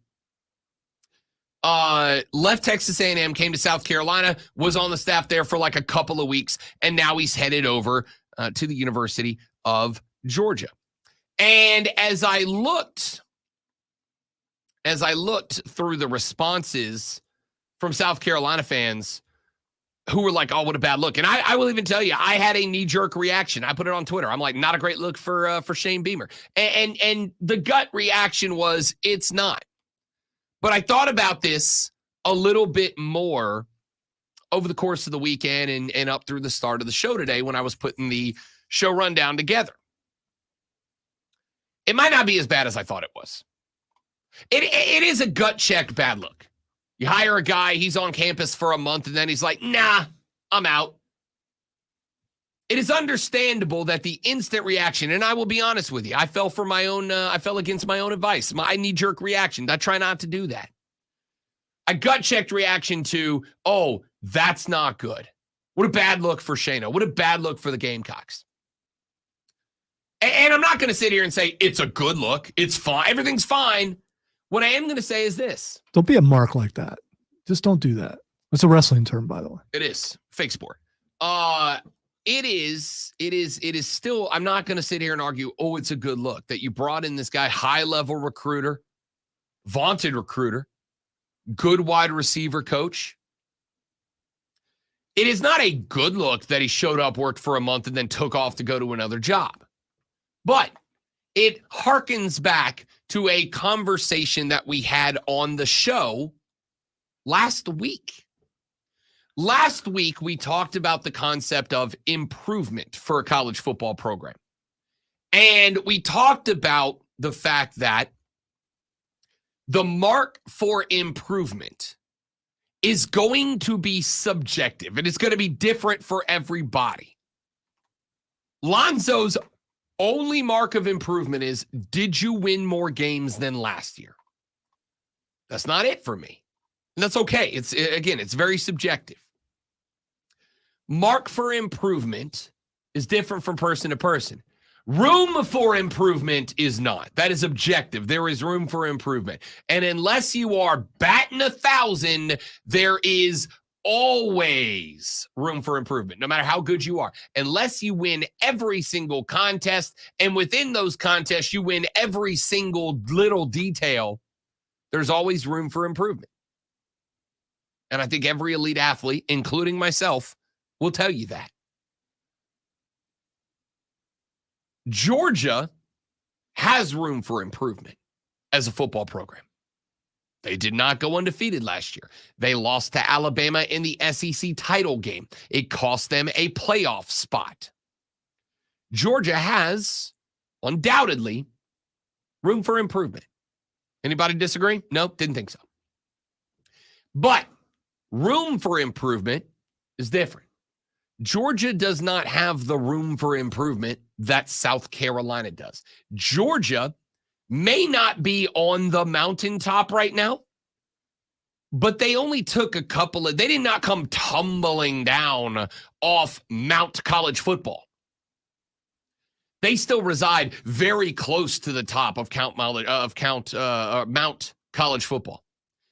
You know, like in the old cartoons when Bugs Bunny and Elmer Fudd or the Roadrunner and Wile E. Coyote would be fighting. Yeah, I know I screwed that up. The Roadrunner and Wile E. Coyote would be fighting on the top of the hill, and one would fall off the ledge, and then the camera would pan over, and it would show them hanging on the one random stick hanging out of the side of the mountain for no reason with a sign that says help on it.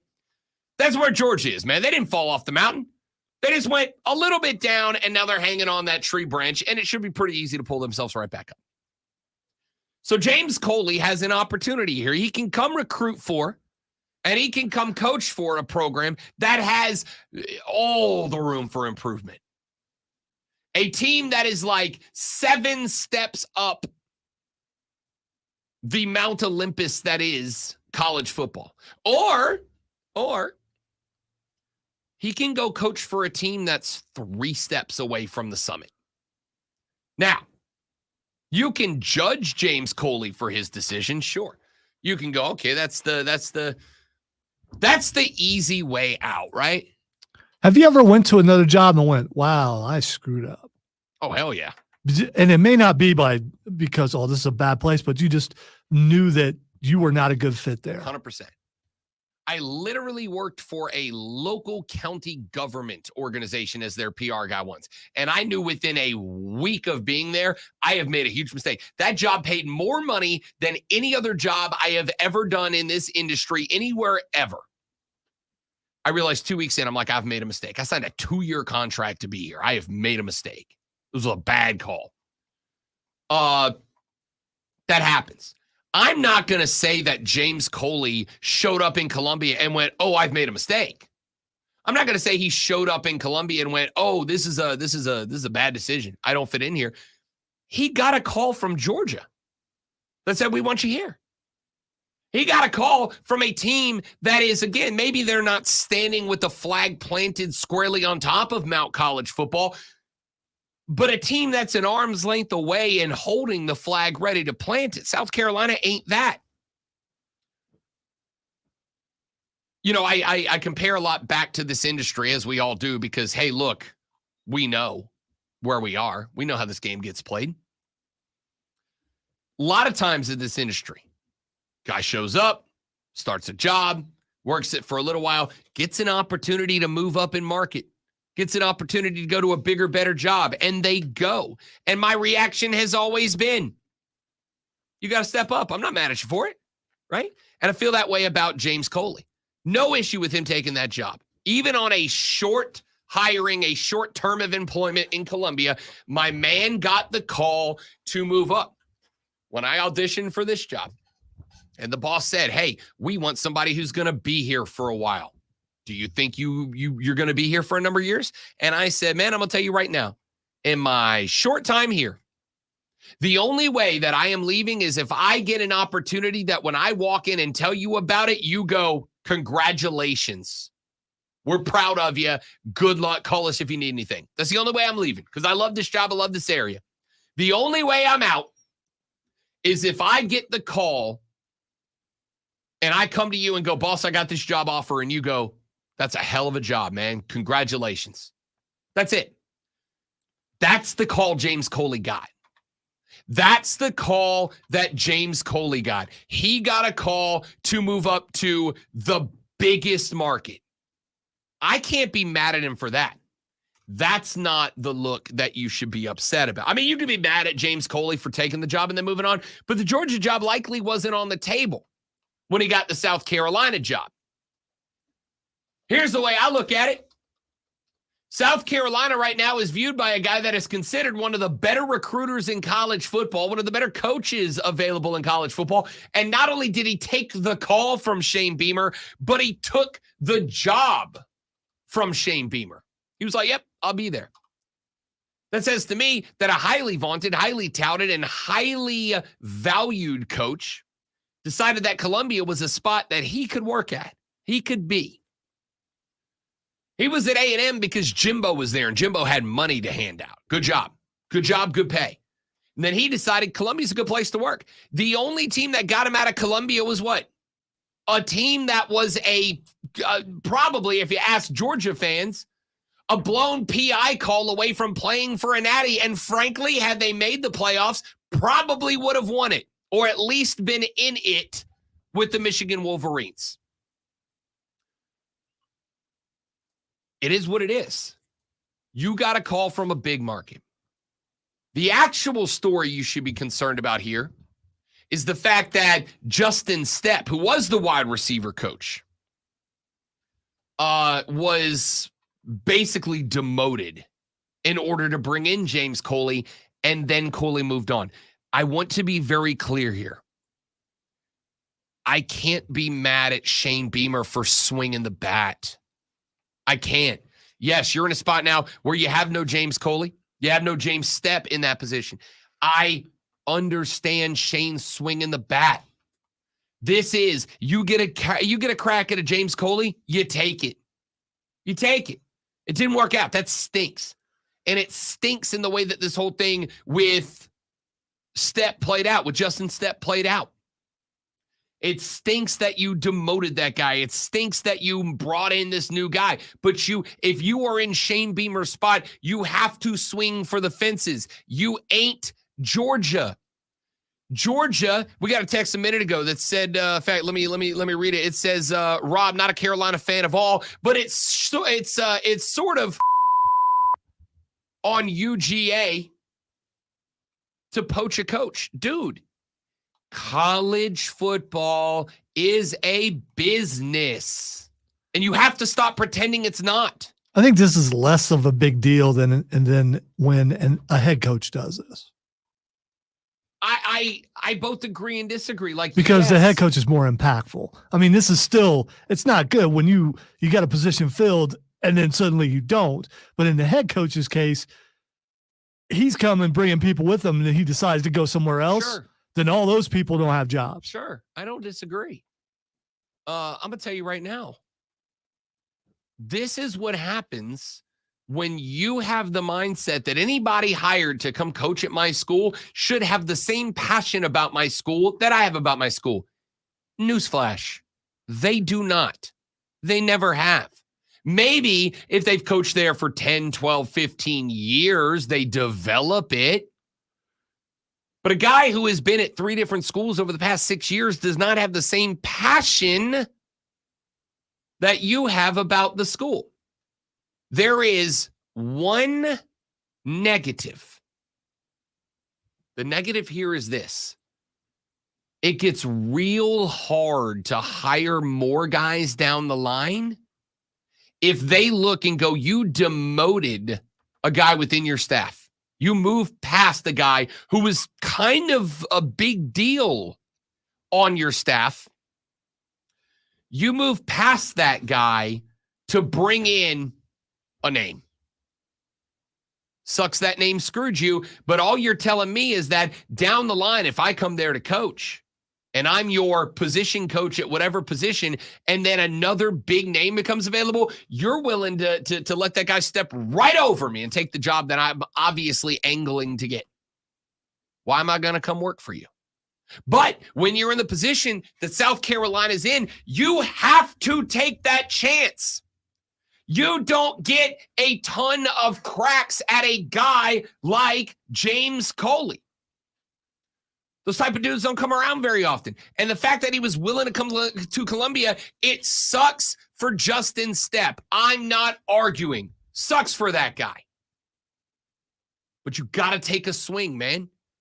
You got to bring in a big name. You got to bring in a recruiter. And listen, I got a text that said, Rob, the true issue is that Justin Stepp was their best recruiter. Maybe so.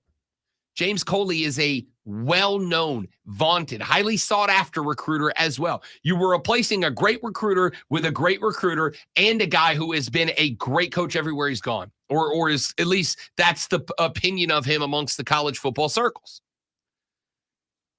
This is what happens when you are, I'm sorry to say, don't take it the wrong way, a mid-team. You're a mid-team right now. Doesn't mean that you are fated to forever be a mid-team. I don't know how many times I've told you, I don't think there is any reason that the Gamecocks can't make their way into elite territory down the line. It's not going to be easy, but it's very possible.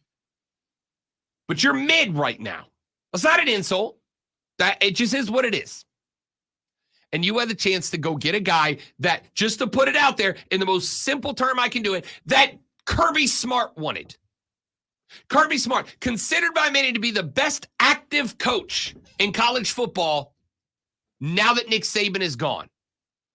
Kirby Smart is joining Dabo Swinney and, unless you ask Alonzo, Ryan Day in the list of elite college football coaches. Kirby Smart wanted this guy, a guy that Shane swung for and signed, and then he moved on.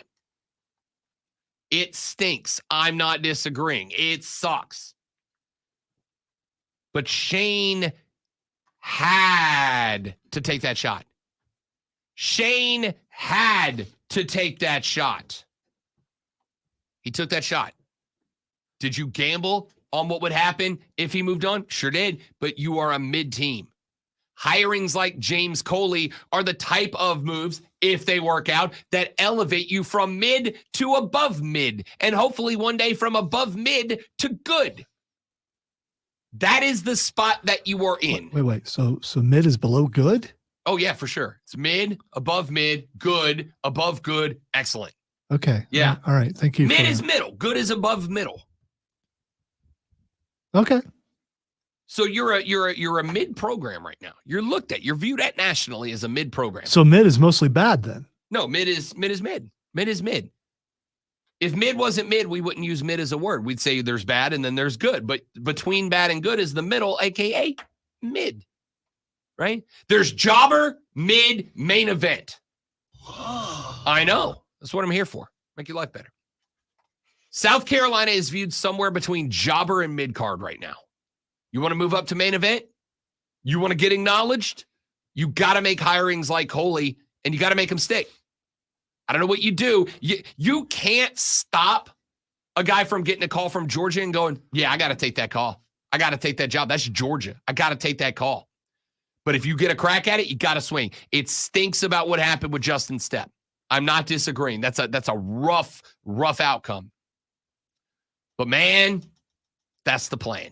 That's the goal. That's what you have to do. It sucks. It didn't work out. Now you got to work harder to dig out of the hole. But I am not going to fault Shane for taking the swing. I'm not going to fault Shane for making the hiring. I'm not going to fault him for moving Justin Stepp down to bring in James Coley. Sucks it didn't work out. You dug yourself a deeper hole. You had to take the swing, man. We have to take a break now, actually, on the Rob Brown Show on the Fan Upstate. Smith. All right, guys, one more live reading. We're coming back. Y'all stay right there. Thank you very much.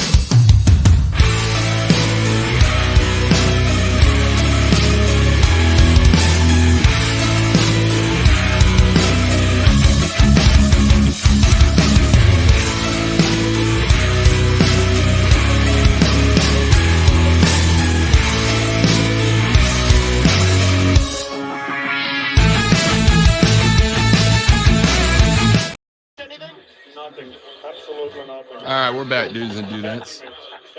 Terrible teammates. Your birthday was last week. These guys get you anything? Nothing. Absolutely nothing. Bad teammates. Terrible. I was hoping he said that a little bit louder. Disappointed.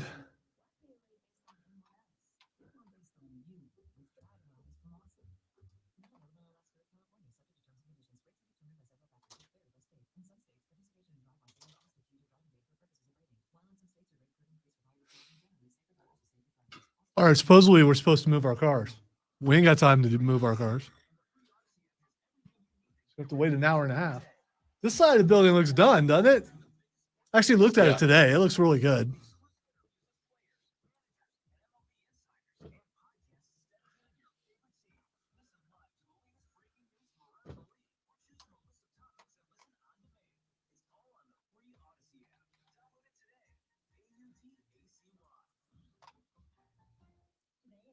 And you might be the only person who I would let move my car because of height. That and the fact I can't promise I wouldn't drag it up and down. Still, Darlington one you time. wouldn't move my seat. That's all I care about is my seat. Everybody else around here too short. Oh, Tim. Although Tim ain't moving my car. I'll hear her later, bro, and won't see him for like 2 hours.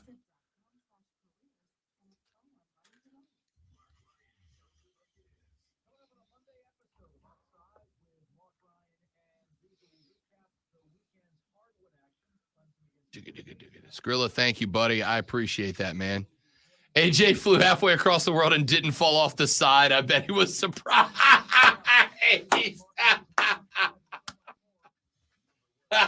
I'm just asking questions, man. Like dumb questions, AJ. He did beat up that no good hack, though. That's all I care about. Loser. Listen, I get it. I understand. It is remarkably frustrating. Remarkably frustrating when your team's, not what you want it to be. I think is the polite way to say that. When your team's not what you want it to be. I totally understand. But sometimes it sucks. You got to accept reality. The reality is the room for improvement for the Gamecocks is 1.5 miles long. Sometimes you just got to take a shot. There are teams worse than the Gamecocks. So at least there's Sure. that. I mean, it could be Vandy. Sure. But I'm going to tell you right now, here's your hot take of the day. If you look at where your team is right now, if you're a Gamecock fan, and you're like, well, at least we're not Vandy. Do you know what that is? A loser mentality. It is. It's a loser mentality. Lonzo and I don't walk in here winning multiple South Carolina Broadcasters Association Sports Talk Radio Show of the Year awards and go, well, at least we're not podcasters in our mom's basement. No disrespect to podcasters in their mom's basement. I don't know. The kind of day I'm having, it might as well be. I mean, Hell no. They're little tiny mistakes, but, it's still. Hell no. We walk in here and what do we say? What do we do today to make sure we win another award? Because we want to go three-time. We want to go back to back. That's what we want. Sometimes you got to take a swing. Zoe and I try weekly on the show. The stuff that doesn't work. Why?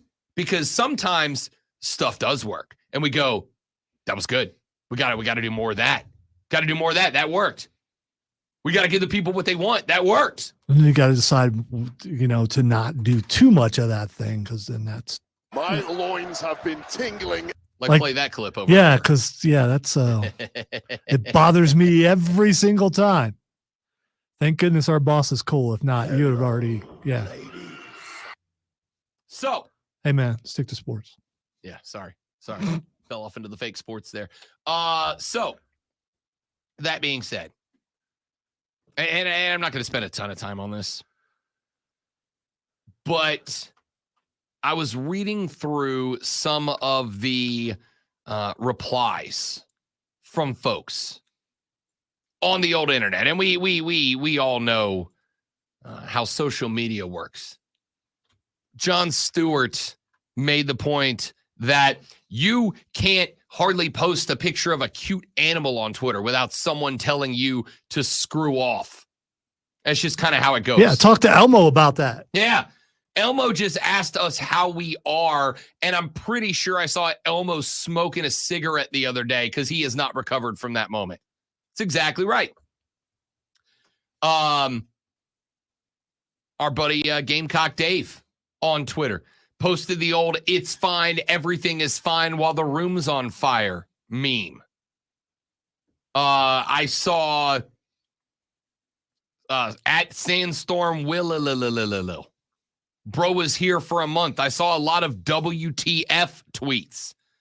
I mean the Gamecock fans on Twitter. And again, I will acknowledge, and I'm not just talking about the Gamecock fan base. I'm talking about every team that is a team's fan base. The worst version of the fan base is on Twitter. All right. So that's not what it is. You see something like that, and then you brace yourself because you know what's coming and you know from whence it's coming. And they all wear orange. And you probably, as that fan base, would do the same thing if it happened to that team. Oh, for sure. Listen, the other great part about college sports, aside from court storming, is that you're going to dunk on the rival no matter what, right? You're going to get dunked on for this, Gamecocks. That's just kind of how it goes. The problem is when the call comes from inside the house. The problem is when it's your own fan base dunking on your team. And that's kind of what's happening right now. Now, real quick response to one tweet I came across a minute ago. At Bruce Leroy said, quote, "I don't understand how there's just zero honor with these people. I'd be embarrassed to show my face in public if I disregarded my commitments like that." I'm going to guess, and this might be incorrect, but I'm going to guess Georgia's probably paying him more. And if I asked you right now, here, let's play the Rob Brown Show home edition contestant number one, Lonzo. If I asked you to bet your annual salary on who wins a natty sooner, Georgia or South Carolina, what of those two teams would you bet on? I'm still loving the Bruce Leroy because that's a movie reference. Anyway, yeah, I'm probably going to bet my salary on Georgia winning. Yes. And that's literally what James Coley just did. He got a bigger salary and then betted on Georgia being more successful, which is not a big bet. The goal here for you, Gamecocks, is to aim to get to where Georgia is. Don't you want to be the team that can cherry pick coaches away from other staffs? You can just have whoever you want because of who you are. The problem is, until you're that, you got to deal with this. And you don't get to be. Georgia was not good for a very long time until Kirby Smart showed up. And he made them good. And now they're that team that gets to cherry pick coaches away from other staffs, even ones that have barely gotten time to buy the polo yet. I don't even know if James Coley had time to buy his Gamecock outfit yet, and he got poached. I'm guessing those are provided. You know, I don't know if you got to keep it or not. It's just facetiousness for the sake of radio drama. Oh, the drama. That's what we do here. Is that a common drama sign? You got to do the... Oh, okay. I didn't see the hand. Oh, that's the Southern drama. Yeah. That's what that is. Oh, pearls clutched. Oh, my Lord. A Gamecock fan said, "Our program is in shambles, but I've got to give Shane Beamer credit for somehow keeping up the facade." Guys. What facade? I mean, what's he doing? A top-notch Nothing to coach. see here. Please disperse. A top-notch coach got hired by your school. You know what that says about your school? Despite the fact that you are right now, respectfully, mid, you are able, with the facade that you've built up. It says people want to come there. They just don't want to stay there. I mean, It says people want to come there. Yes. End of sentence. He got hired away by Georgia. That stinks. But keep in mind that not too long ago, you guys hired a new offensive coordinator in Dow Loggins. Dow Loggins was being looked at by Nick Saban, by Kirby Smart. The biggest names in the game were looking at Dow Loggins, and he ended up in Columbia. He was also destroyed by a bunch of people in the media saying that he couldn't make it in the NFL. And I mean, there are two sides He to sucked everything. in the NFL. Yeah, Let's not pretend he didn't. But, and this is why I always make sure to draw the thickest line possible, that success and failure in the NFL does not mean success or failure at the college ranks, and vice versa. I would like to point out that Nick Saban and Steve Spurrier, basically everybody who's not Pete Carroll, sucked in the NFL. Chip Kelly had a good year in the NFL, and a lot of people love to point out that was a wildly talented Philly team with a wildly talented coaching staff. It wasn't necessarily because of Chip Kelly, because you'll notice that Chip Kelly left, and what happened to the Eagles? Oh, that's right. They were back and winning another Super Bowl very shortly after. So the reality here is I don't care about that. Yes, he stunk as an NFL coordinator. He stunk. But that does not mean that he's not a good college guy. And again, yes, he was a tight ends coach. But he wasn't getting glances from Saban and Smart if he wasn't worth a gamble. And the reality is Dow Loggins is the hiring ceiling. Like, definitely you can get this guy. That's the hiring ceiling of South Carolina, and you got the guy. James Coley was a home run hire. And the fact that he left, he went to the one place that is a guaranteed top job, and that's Georgia. How many wins does his leaving cost South Carolina? You can't say any because he never coached a game there. Right. Right? You can't say any. Texter said, South Carolina fan on Twitter, Beamer is a clown. Ran off a great coach in Justin Stepp by bringing in this dude, and now his new guy leaves in a month. Karma. Yes. Here's, hey, James, I know that you are being looked at by Kirby Smart, wildly touted as the best coach running the best program in college football right now. I know that. But I can't hire you here at South Carolina because, reasons.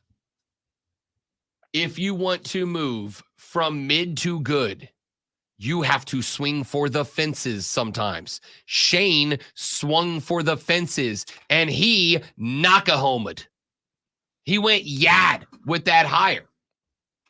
Unfortunately, it bit him a month later. Yes, that's unfortunate. And yes, it would be silly. It would be silly not to say this stings a little bit if you're a South Carolina fan. Yeah, of course it does. You had a top-notch coach at that position. You had a top-notch recruiter nationally at that position, and you lost him to Georgia. But you had to take the swing, man. You had to take the swing. You had to take a risk. You had to take a shot. You took the shot, and it proved nothing else. You're on the radar. You're on the radar. Now, how do you get a guy like that and keep him?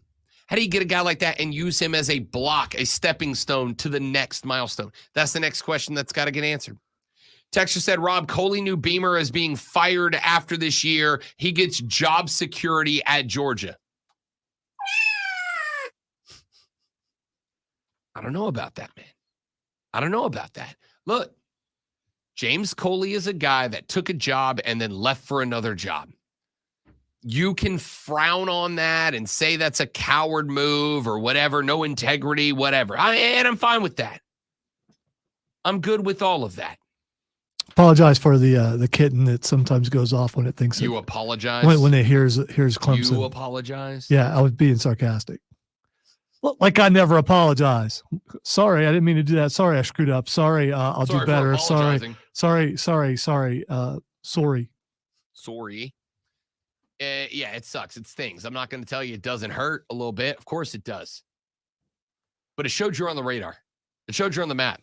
James Coley didn't go. This isn't Villanova. He didn't get that call and go, come on, dude. Really? Really? He took the call. He took the job. And then he got an offer from a bigger job. Does it sting? Sure it does. But you had to take the shot. You had to roll the dice. Mongo text the show. He said, none of that matters. We got Sean Elliott. Love that. Love the hype. Yeah, Love the hype. I hope that's sarcasm. I really do. Dude, I am pumped about Sean Elliott. I'm pumped about that hire. Mainly because the warm-ups are about to be hype as and I'm all in. Wow. Warm-ups. James said, hashtag cancel Alonso. Yeah, I mean, you have to reach a certain height of popularity or something to be canceled. And That's yeah, fair. I can't. That's Yeah, fair. I mean, do your thing, James.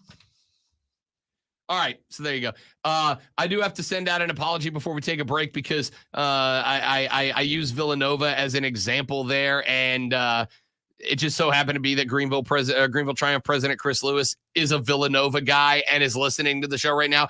I was panicking for a name, Chris, and I do not know why Nova came to me first. I should have gone Rutgers or Rice or SMU or anybody else. That is my bad. And Stop your backtracking. Stop. apology. I wasn't really. Stop it. Stand your ground, Rob Brown. That is Greenville legend Chris Lewis that I just took a shot at his team for no reason. I think he would. I think my bad. I think he's quickly losing respect about how quickly you're backtracking. Surprised you ain't fell down yet. Joey B said Sean Elliott, aka the poor man's Matt Luke. Wow, what a run! What a run! I love this show. I really do. Let's take a break. My name is Rob Brown. On the other side of the metaphorical glass is the great Malonzo. We come back and wrap up hour number 3 after this on the Rob Brown Show and the Fan Upstate.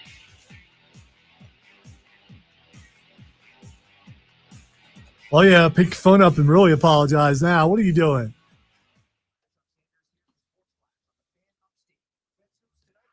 All I gotta say is if I dog your team, I'm not apologizing. You just said you apologize all the time. Yeah, for making mistakes. Dogging someone's team is not a mistake.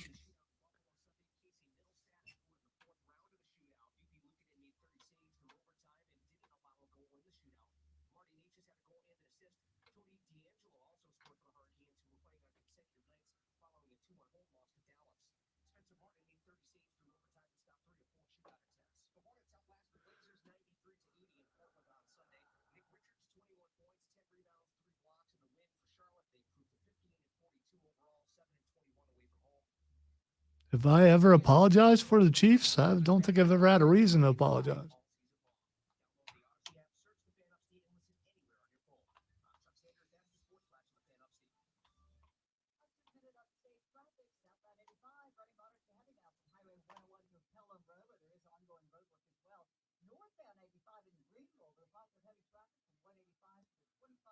Yeah, but your email said Friday, Steve.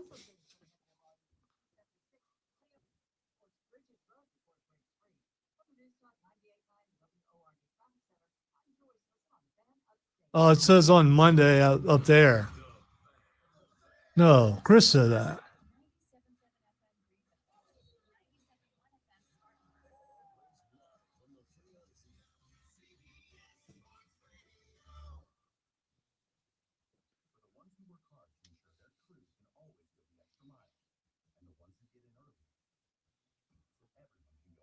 That's true.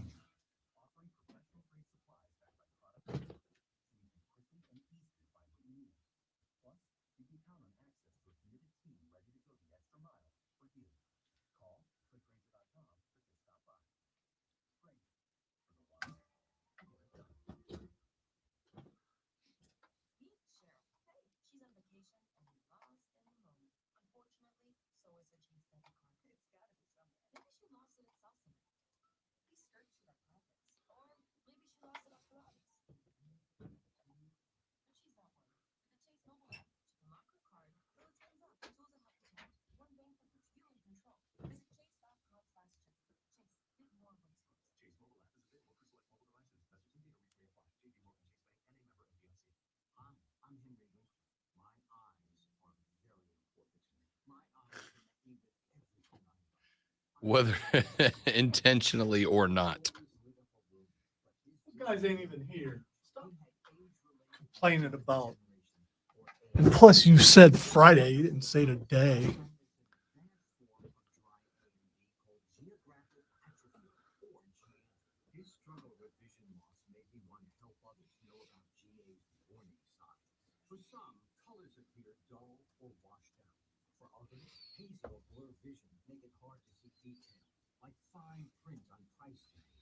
Many have trouble seeing in the dark, making driving at night difficult. GA gets worse over time and cannot be reversed. If you think you have GA, don't wait. Treatments are available. Ask a retina specialist about FDA-approved treatments for GA and go to GAwon'twait.com. Rise and shine, sports fans. Grab your coffee and get it.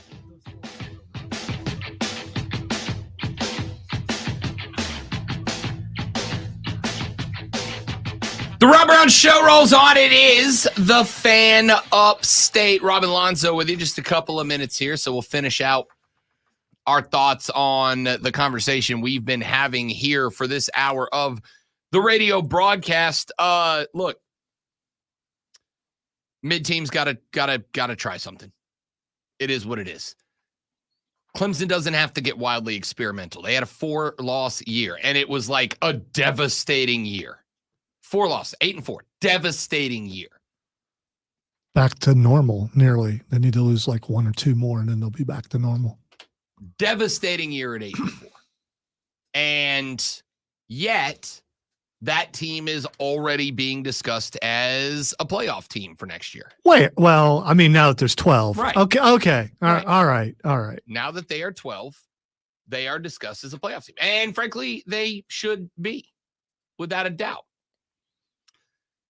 Will the ACC get 2 teams? Oh, yeah, they will. You think so? Yeah, I'll bank on that right now. Yeah. I think Clemson and Florida State are both going to the 12-team playoff next year. I think as long as Florida State is in the ACC title game, they'll get a little wink, wink, nudge, nudge to try to smooth everything over, because I think Florida State fans are going to be freaking obnoxious this year because of what happened this past season, right? Like, here, I'll tell you the depths of my conspiracy theory with that. ESPN College Game Day is doing a Florida State game in Dublin, Ireland, because I promise you ESPN's not sending a crew to Tallahassee. Yeah, that's not in a box. I just don't believe there's as much anger there as there is in this room. Tallahassee? Yeah, in this room. Dude, I mean, towards ESPN, I think. Do you I think understand most where of I it came from? No, I'm well aware. No, I promise you. But I don't think there's as much anger there as there is in this room. Let me respond to that. I'm not guessing there is. I am telling you for a fact, as someone who still has a bunch of connections in Tallahassee, there is a reason Game Day is doing the game in Ireland and does not have. It was scheduled for Ireland. I mean, they didn't go, you know what? We ain't going to Florida. Where can we move it? Oh, you know what? Ireland's available. We'll move the game to Ireland to avoid Florida. No. The game's been scheduled in Ireland. Yeah, I know. That's I am telling you, there will not be another game day in Tallahassee. I promise you. And the team's not going to be good this year? No, the team's going to be good again. Okay, all right. You're missing what I'm saying. I am telling you as a certifiable fact, as someone who still has, because I worked an hour and 45 minutes from that city and covered that team at length, as the station I used to work for was the home for FSU football in the Panhandle. I am telling you, the people in Tallahassee are not and will not get over it. Yeah, but Rob, you said they moved the game. They're doing the game in Ireland, so they won't have to come to Florida. No, I said they're doing game day in Ireland. Right. The game was already scheduled in Ireland. Okay, they're doing it in Ireland. But you said they're doing it in Ireland because they don't want to come to Florida. I just don't, All right. The folks in Tallahassee, should Kirk Herbstreit show his face in Tallahassee, are going to lose their mind. Much like you will notice, Roger Goodell does not show up openly at Saints games because they're never going to let it go. Well, they haven't been good enough for him to show up in a while. I'm not trying to. It just seems like I'm just trying to. But you got to admit that that's the truth, right? Sure. Okay. All right. Sure. All right. Because as an analytics guy, we could go back and look at the record and show that. Here's if I was good, I wouldn't show up at any NFC South games because ain't nobody good in the NFC South. And you'll catch these hands. Listen, I don't know how we ended up here. That's fine. The folks in Tallahassee, Florida, are not letting it go. They will not let it go. There's not going to be a game day in Tallahassee. So they're going to beat Kirk Herbstreit up? Is that what they're going to do? How could you look into those deep blue eyes and be angry at that guy? Ask that to the folks in Tallahassee. Okay? Ask that to them. Well, I think he's a Clemson hack, so I haven't liked him in a long time. But I don't think he goes there and gets beat up. All right. So you think he's a hack, but the folks in Tallahassee are wrong for thinking he's a hack? I'm just trying to No. You didn't call him a hack. You made it sound like he wouldn't survive a trip to Florida. No, I mean, they're not going to murder Kirk Herbstreit. I think you need to be a little more specific then, because I got some angry mob vibes from how you were talking. I will do it. If ESPN puts a camera on the streets of Tallahassee that Kirk Herbstreit's around, there's going to be a number of FCC violations at the minimum. Thank you for your All right? specifics. I appreciate that. There's going to be a lot of you, Kirk, out of the Knolls. Going to be some confiscated signs? Some? They'll fill up the game day bus with the number of confiscated signs. Without a doubt. All right. Anyway, point here is Clemson's going to be back in the playoff next year, and therefore they don't have to go swing for the fences. So you are guaranteeing that Clemson is in the playoff next year? Guarantee. What was the record 2 years ago? I don't remember. Happy to prognosticate, predict, and did they get worse last year? Literally my job. No, I know. I'm just saying, did they get worse last year than from the year before? Yes, they did. So they could continue to go downward. Yes, they could. And if so, they would not make the playoff. Is that your prediction? It's too early to give a prediction. No, it's not. We're in sports radio. That's what we do. Daggum February. That's what we do. Let's wait till after the spring game. We make our predictions before spring practice starts. That's how we roll. So Texture says Kirk drinks. He said Kurt drinks Bud Light. the shade. The shade. So in order for Clemson to make it into the 12-team playoff, they'd have to be either 1 or 2 in the conference, right? And I think they will. So they weren't this past year. Correct. Or the year before. Correct. But do you think they've improved since the last 2 years? Yes. I'm just okay. Yes, I do. I just think you're going on. Well, they were in the championship a few years ago, so they'll bounce back, and we don't know that they will. No, we don't. But we speculate. That's what we do. Okay. Well, I am speculating that you're wrong. Okay. That's what we're doing. That's the point. That's the point. I am going with Clemson's in the playoff, in the 12-team playoff next year. I believe there will be 2 teams in. I believe Florida State and Clemson will both be in the playoff. I wouldn't be shocked if they ended up facing off in a first-round matchup, to be honest with you. But the point of all of that is they don't have to make big-time swings and hope something works out. South Carolina does. That was it. That was the point. And somehow we got on dumping on Kirk Herbstreit. No, that was you. I didn't dump on him. I said Tallahassee's going to. Okay. And they absolutely will. Yeah, but you okay. Sports Flash. Best segue ever. Clark Watch 2024 moves on as Caitlin Clark continues to march to more milestones. The Iowa superstar netted her 16th career triple-double yesterday in a 101-85 victory over Illinois, putting up 24 points, 15 boards, and 10 assists. Iowa is 16-0 when Clark hits the mark. Clark needs 33 more points to pass Kansas's Lynette Woodard for the all-time major college record. A video surfaced yesterday showing former Panthers quarterback Cam Newton throwing hands. Well, he was involved in a scuffle at a youth football tournament. Newton appears to be shoved by 3 people before pushing back and trying to escape. He didn't throw hands, but he could have. And if he did, look out, because he's got reach. Tune in Wednesday at 6:30 as the Furman men's basketball team takes on Western Carolina right here on your home for Paladins football and basketball. That would be us right here. It's a fan, upstate.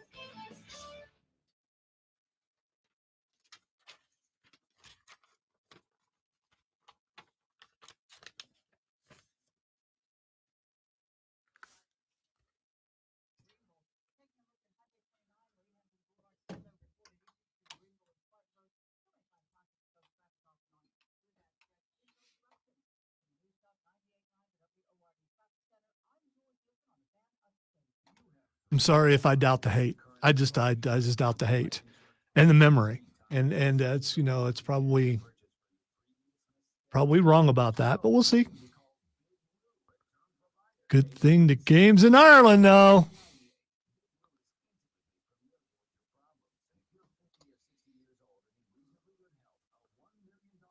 I know, man. His hat's those hats have depth to them, though. I think that probably helps. I only own like one cowboy hat. I don't see me if I'm scuffling, that thing's coming off.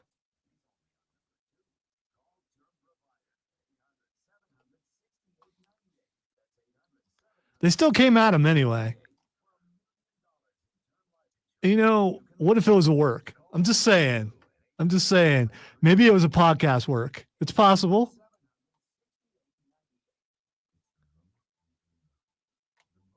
And so Cam comes out and says, I'm going to tell you all about this on his podcast. Then you find out it was a work.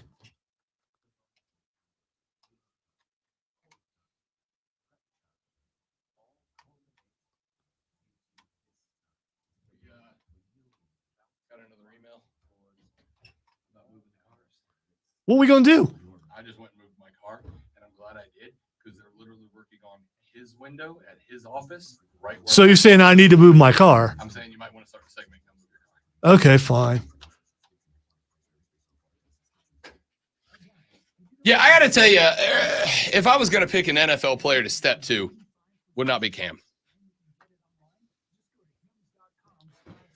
I don't care if I was trying to go viral or not. They're not down there. Dude, they are literally at Steve's window right now. I don't see anybody. I just was right. I was just down there. Well, I'm telling you, the Decker truck is parked right. I understand. There are 3 dudes working on the wall in the window on Steve's office. I went down there. I was like, oh, I guess I ought to move him. And I got out, and the dude was like, thanks, man. We needed the room. I was like, oh, yeah, for sure. Wait a minute. Steve's office is on this side of the door. Steve's office is right down there. My car was right by his window. All right. Parked in front of his window. All right. So my car is not in danger technically. Not right now, no. But I think and they'd already did this part. I'll go move it. You make your decision. I'm just telling you what just happened to me. I don't know why he's still mad. He's still mad. He's still just calm all that down, and I will go move my car. Okay. I'm not mad. I'm just telling you what just happened to me. What I'm saying is when I said there's 3 guys by the window and you're like, they're not there. Well, I'm not on drugs right now. I wasn't because it's early. All right. I can't see them. There you go. All I right. can accept that.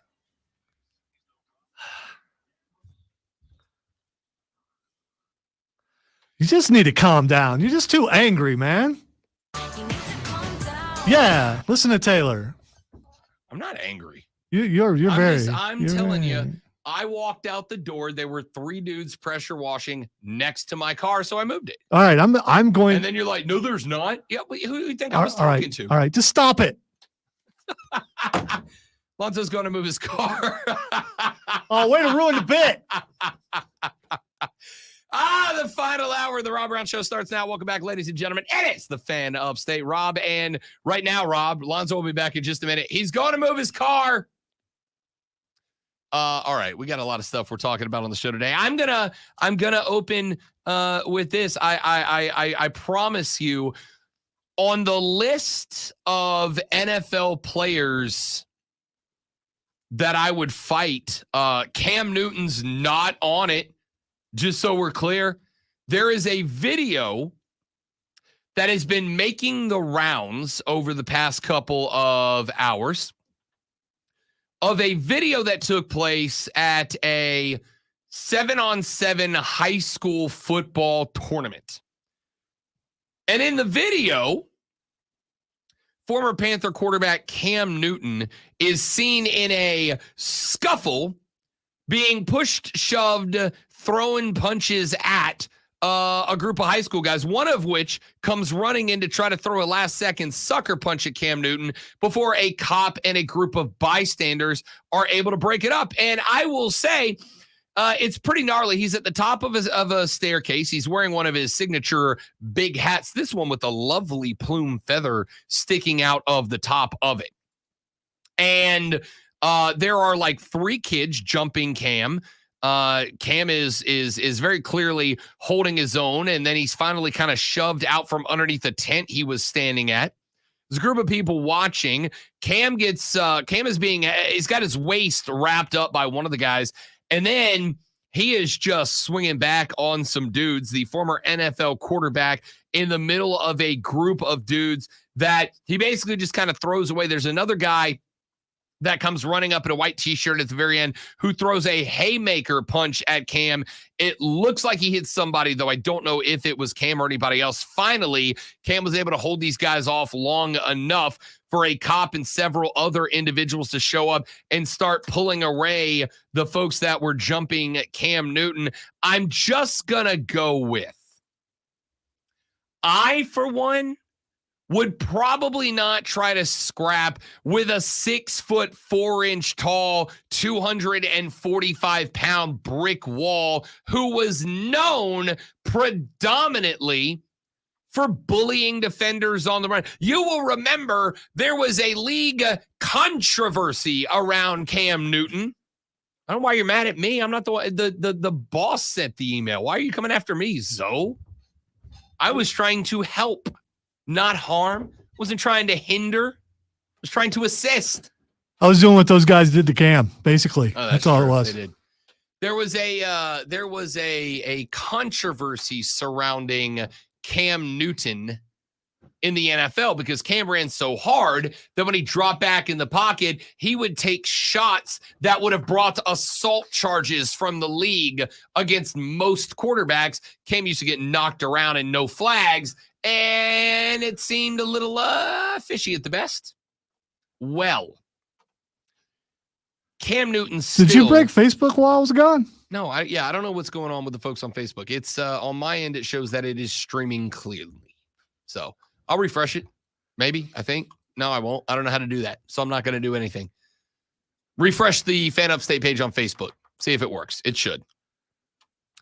Anyway, I'm just going to go with, even if you are one of the dreaded, hated, loathed YouTube influencers, if you are trying to go viral, if you are trying to get attention by going viral, I am going to give you a piece of advice, and I'm going to give you this piece of advice for free. The piece of advice that I am going to give you for free is this. Don't fight Cam Newton. Okay? He's a big dude, and he's very strong. He's very strong. Don't fight Cam Newton. Like, if you need to go but viral, there's like three of us, man. We got Cam Newton. There's three of us. We got that guy. Come on. He old. This dude used to run through NFL defenses like easy. Okay? He's kind of a dude. My suggestion, again, I don't care if there's 5 of you, don't fight Cam Newton. Don't fight Cam Newton. How about don't fight anybody unless you have to, man? I mean, come on. I mean, I'm good with that. But again, if you are going to fight somebody, maybe not a 6'4", 245-pound brick wall who wears a football helmet for a living, or used to. Now he wears Maybe don't do that. That killer hat that you couldn't even get the hat off his head. I know, you couldn't even de-hat him. Yeah, at least gotta go for the hat. You couldn't even de-hat that dude. We'll see if his hair's all messed up or something. And say, see, so he'll look disheveled after the thing when he probably just walked back up after and like, I don't even know what's going on. Who were those guys? I'll tell you this. Once again, if you are a sucker punch, stop. All right? Listen, it's one thing to get into a fight. It's one thing to start throwing some hands. It's one thing to give and or receive that smoke. Sucker punch are the best in the world because everybody hates them. Nobody likes sucker punch guy. You are the biggest bleep in the world if you are a sucker punch guy. All right? And then you're going to run in and sucker punch a dude who, again, got hit by linebackers for a living. It made a lot of money doing it. That's the guy that's the guy you're gonna go after. James said Cam's like Raiden fighting with the hat on. It is the source of his power. I can't. Did Raiden have a strap though? I can't remember. I think he did in like the later games. Cam's got that feather though. Got that big feather. You got to mean business if you rock a top hat with a feather in it. As I was saying on stream, those hats have depth to them. If you look at them, you got to be heavy, right? But they also have. I think they rest pretty low on his head. So I mean, that it had some movement to it. If you watch, it moved a little. It just never came off. Dude, listen. Especially to you youngins out there, you Utes. Listen to Uncle Rob for just a minute. Nobody cares if you trend. Nobody cares if you go viral.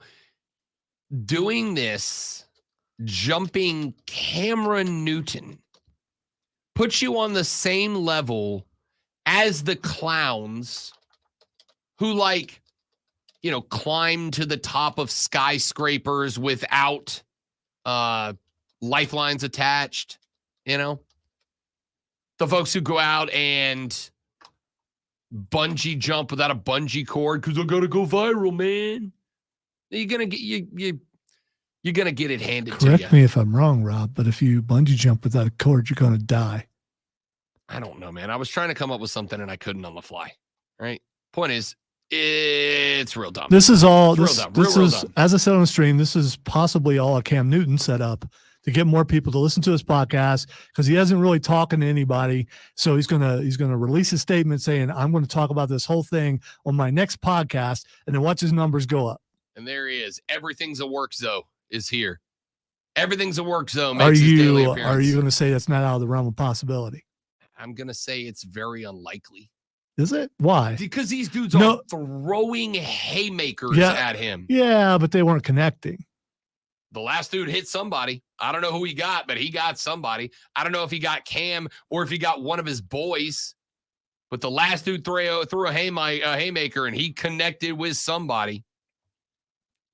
All right. So maybe there's just a little fear there about, future appearances by the Rob Brown Show that, maybe someone gets it in their mind that they want to do something like this. Please don't run up and sucker punch me in public. I'm asking you very nicely. Please don't run up and just clock me in the side of my dome, whether or not I am wearing a fancy hat. Which he might, and his glasses are going to Sure. match and everything. It's because it's branding. Sure. Square up first. No sucker Look, punches. yeah. Just square up. If you're good, if you want to go for the virality and you're going to make me defend myself, at least be a man and give me a second, By the way, I got you. So I mean, I hope, Give me a minute to go hair up and square up first. All right. That's all I'm asking. Just let me square up first. Because this kind of crap, this is weak, man. Jokes aside, please don't run up and just start fighting people. It's real dumb. It is dumb, but How the hell do you think we should go jump Cam Newton is the right decision here? maybe he said something on his podcast that bothered him. I don't know. About these three nobodies at a high school football tournament? I think my dudes are just what's the word I'm looking for here? Real dumb. I think they're just real dumb. Did one of us get us in Facebook jail? Possibly. Can't imagine so. I guess we'll find out very shortly. Let's just blame Diesel. I accept. All right. 844-326-3663 is the number. 844-326-3663. Text us 71307, 71307. Let's start that text with the word fan, F-A-N, fan, and we will read them on the radio broadcast. Texter said, definitely Clemson will be in the 12-team playoff. Too many cupcakes, and I'm not a Carolina fan. Oh, the guy who texted earlier said he's definitely not a Carolina fan. Okay. You mean the guy who I accused of being a Clemson fan? I don't know. Okay. I will agree. I think Clemson is in the 12-team playoff next year. I don't have any problems. My prognosticating. My prognosticator's broken. So I'm just not going to. I look at the downward trend of Clemson right now, and I cannot say for sure they're in the top 2 in the ACC. I think they have. Hey, is Kate Klubnik still their quarterback? Yes. Okay. Who are their receivers? We will see who brings out because spring practice starts in like a week and a half. Okay. All right. Do they still have a running game though, right? They do have a run game. Do they know how to use that running game? I think they learned in that bowl game that are you sure? Turn around and you give the ball to Phil Maffa like a lot of the times. We'll see. I do think Tyler Brown's going to be a guy this year, though. Sophomore season, real good start, had some big moments. I think that guy from right here in the GVL, as a matter of fact, is going to be a stud this year. Yeah, they're going back to the playoffs. I'm comfortable with that. Let's run to a break. We'll come back here in just a minute. We got a lot more stuff that I want to run through, a couple of quick hit stories, and then we'll ask what the X is going on, and then we'll call it a day. That's all coming up on the Rob Brown Show with Robin Lonzo right here on the Fan Upstate.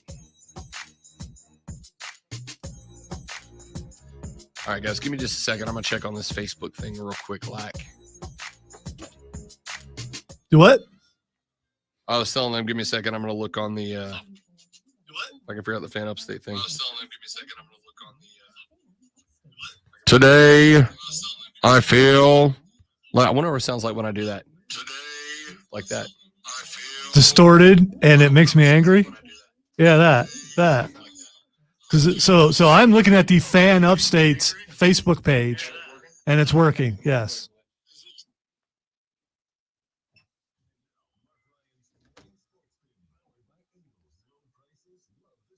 Oh man, I gotta stay in here for this. Sucks.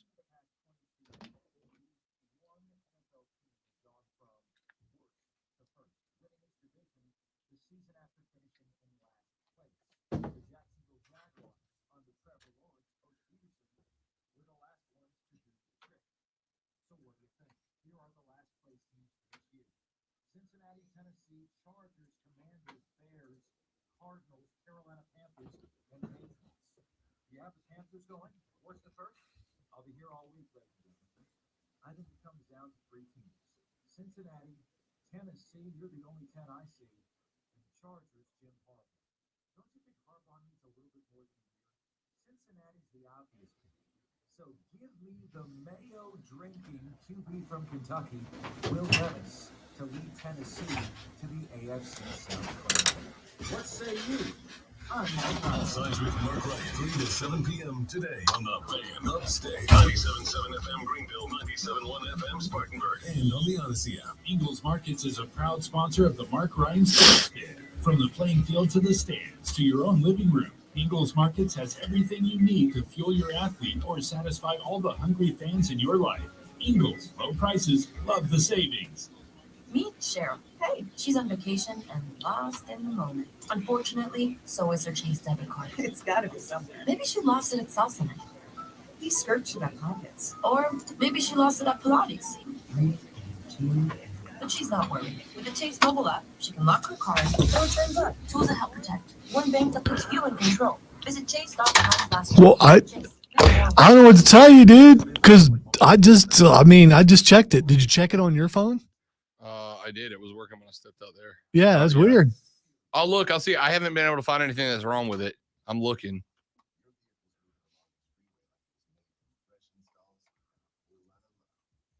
eBay Motors, you get over 122 million parts to keep it running. And with eBay Guaranteed Fit, they'll be the perfect fit every time.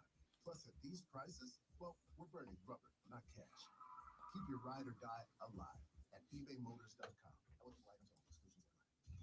La la la la la la la la la la la la la la. La la la la la la la la la la la. That was beautiful. So now I've tested it on my phone and my computer. Are you looking at Rob's personal page or my personal page? Because I'm just looking at the fan page, and the fan page is working. So that's just weird. There you go, Wes. You're looking at the right show then. Birthday Boy and Superman. The Nick Cage Superman. That's me, the Nick Cage Superman.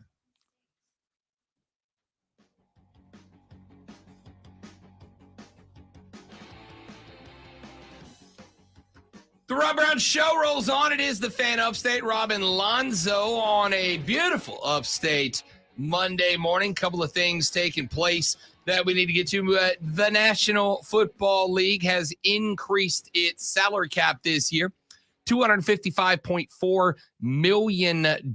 Each club will also receive an additional $74 million for performance-based play and benefits for retired players. The distribution is from a $10.5 billion net for the NFL last year.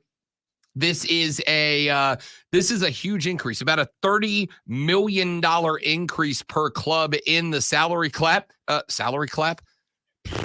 Okay, so I'm not sure if penicillin works on that, but maybe it does. On the salary cap, it is the largest single-year increase in the history of the NFL's salary cap, which dates back to 1994. The NFL said, quote, "The payment is the result of the full repayment of all amounts advanced by the clubs and deferred by the players during the COVID pandemic, as well as an extraordinary increase in media revenue for the 2024 season." Now, there's a couple of things that matter with this. There's a couple of impacts that have to be addressed here. The $30 million increase is a direct reflection on the money-making of the NFL. One NFC executive credited NFLPA Executive Director Lloyd Howell for seeming to take a collaborative rather than combative approach in his first year as the league and union agreed to the $255.4 million cap. However, three other execs told Yahoo Sports that they viewed this more as a reset from the COVID-19 loss than a massive boon from the increasingly diversified profile of league media rights. You know, obviously, about the game that was on Peacock last year. We know next year there will likely be another Peacock game. There will definitely be a playoff game viewed exclusively on Amazon Prime. More outlets are paying more money to the league in order to carry at least even an individual game right now. So there is some truth that part of this huge salary cap increase is coming from the league doing real good financially. And some of it comes from the fact that with the loss of audiences during the COVID year, league revenue went down. Now it's recovered. And so the truth about this expansion is somewhere in there. But even with the COVID year, this salary cap bump was higher than most of the execs who spoke on the condition of anonymity assumed thought it was going to be. This does have impacts on the teams themselves. One of the results that are expected is that teams will likely offer fewer voidable years on player contracts, and teams will likely be willing to take on more cap hits right now. That is over the last couple of years, especially for the teams that are close to or over the cap. Cap hits have been a problem. That in a reality that is created, that some of these teams might have kept guys on the roster that they otherwise would have cut, because keeping that guy and hoping he gets better puts you in a better position than letting him go, taking a big cap hit, not being able to utilize that money to bring in another player. Now they can absorb a little bit more dead cap space. There are teams that this could impact, like the Denver Broncos, trying to figure out what they are going to do with Russell Wilson. Wilson's a guy that they could just turn loose and have a big dead cap money hit that they might not have done, but now they got $30 million more to play with. That's big money. Franchise tags are going to likely now be used a little bit more liberally. Franchise tags obviously help teams by not needing to commit to a player long-term and perhaps not for the highest average annual value per year, but they limit teams as they require an entire cap hit to land in 1 year of the tag. You can't spread that money out. If they tag Brian Burns for $27 million ish, if the Cats decide to tag Brian Burns, that is something in the past they may not have been willing to do because that entire pay chunk all goes against this year.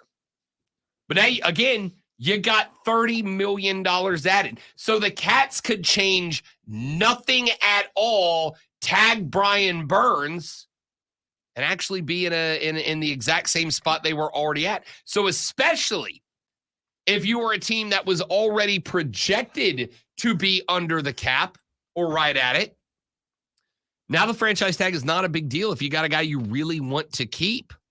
If you got a guy you really want to keep and don't want to move on from, like Agent Zero, this pretty much says you can keep him now. You can keep him for free. You don't have to change anything that you were planning on doing. If you were planning on playing with that old number, which was like 225, you can keep that exact same plan, and now you've got a $30 million tag available for free. That's a pretty good deal. Pretty good deal. So this is going to be really interesting. The reason I bring it up is, over the years I've been doing this, I have come to the conclusion that the vast majority of us don't care about the salary cap. I mean, we care about it in that obviously it impacts roster construction. But the overwhelming majority, I'm going to be real with you. I've been in this game 16 years. I still don't understand the cap because it's like every time something comes up, I get a Derek Carr is restructuring his contract and he's saving New Orleans $24 million against the cap this year. I don't know how the hell that works. I don't get it. I really probably haven't done the amount of research I need to try, but it's a lot of big lawyer terms. I was going to say, you'd have to probably be a lawyer to completely understand it, or someone in the NFL. Bar exam to figure it out with the amount of legalese that goes into it. But we all know the simplistic breakdown. Every year, guys get paid a certain amount of money, and X percentage of that money goes against the cap, and you can't spend more than this amount. You got $30 million added to that number. So if you had a plan to get under the 225 cap and now it's 255, the Brian Burns tag is free. That's how this connects to the Carolina Panthers. If they were hesitant about tagging Brian Burns, because while you want Agent Zero back, if you tag Agent Zero, that entire amount of money goes against the tag this year, which means that is $30 million less to use to go free agent shopping. That's $30 million less than if you were to sign a 5-year extension, and now Brian Burns' number is somewhere in the range of $7-10 million against the cap this year. It would be 27. Now, if you tag him, you get you still have a cap increase of $3 million this year, which is not an insignificant chunk of change. So we'll see. We'll see how that plays out. We'll see if this maybe acts as the catalyst to get that tag done for the Carolina Panthers if they decide to do that. Cody Bellinger is a Chicago Cub once again. The Cubs finally get that deal done.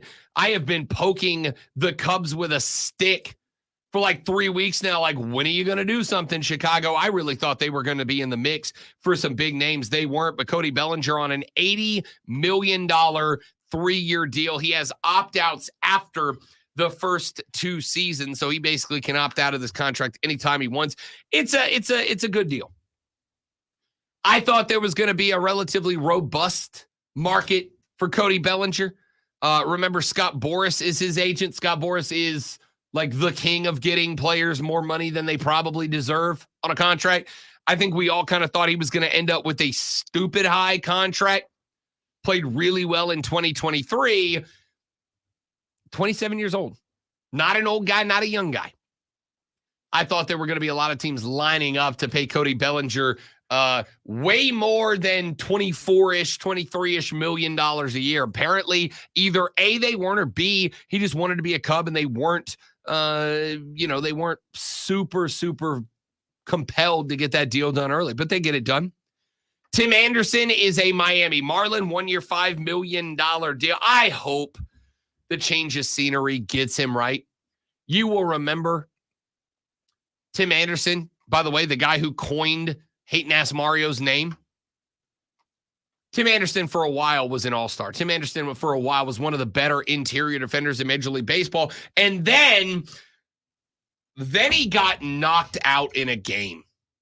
Decided to throw a punch. Instead of throwing the punch, he ate a punch. He got flat out put to sleep at second base, and he was never the same guy. He stank last year. Hit 245, 286, 296 with one home run in 493 at-bats, and his defensive numbers were so bad last year that he was actually a statistical liability. He was a -2 WAR last year, ranked last amongst all starting position players.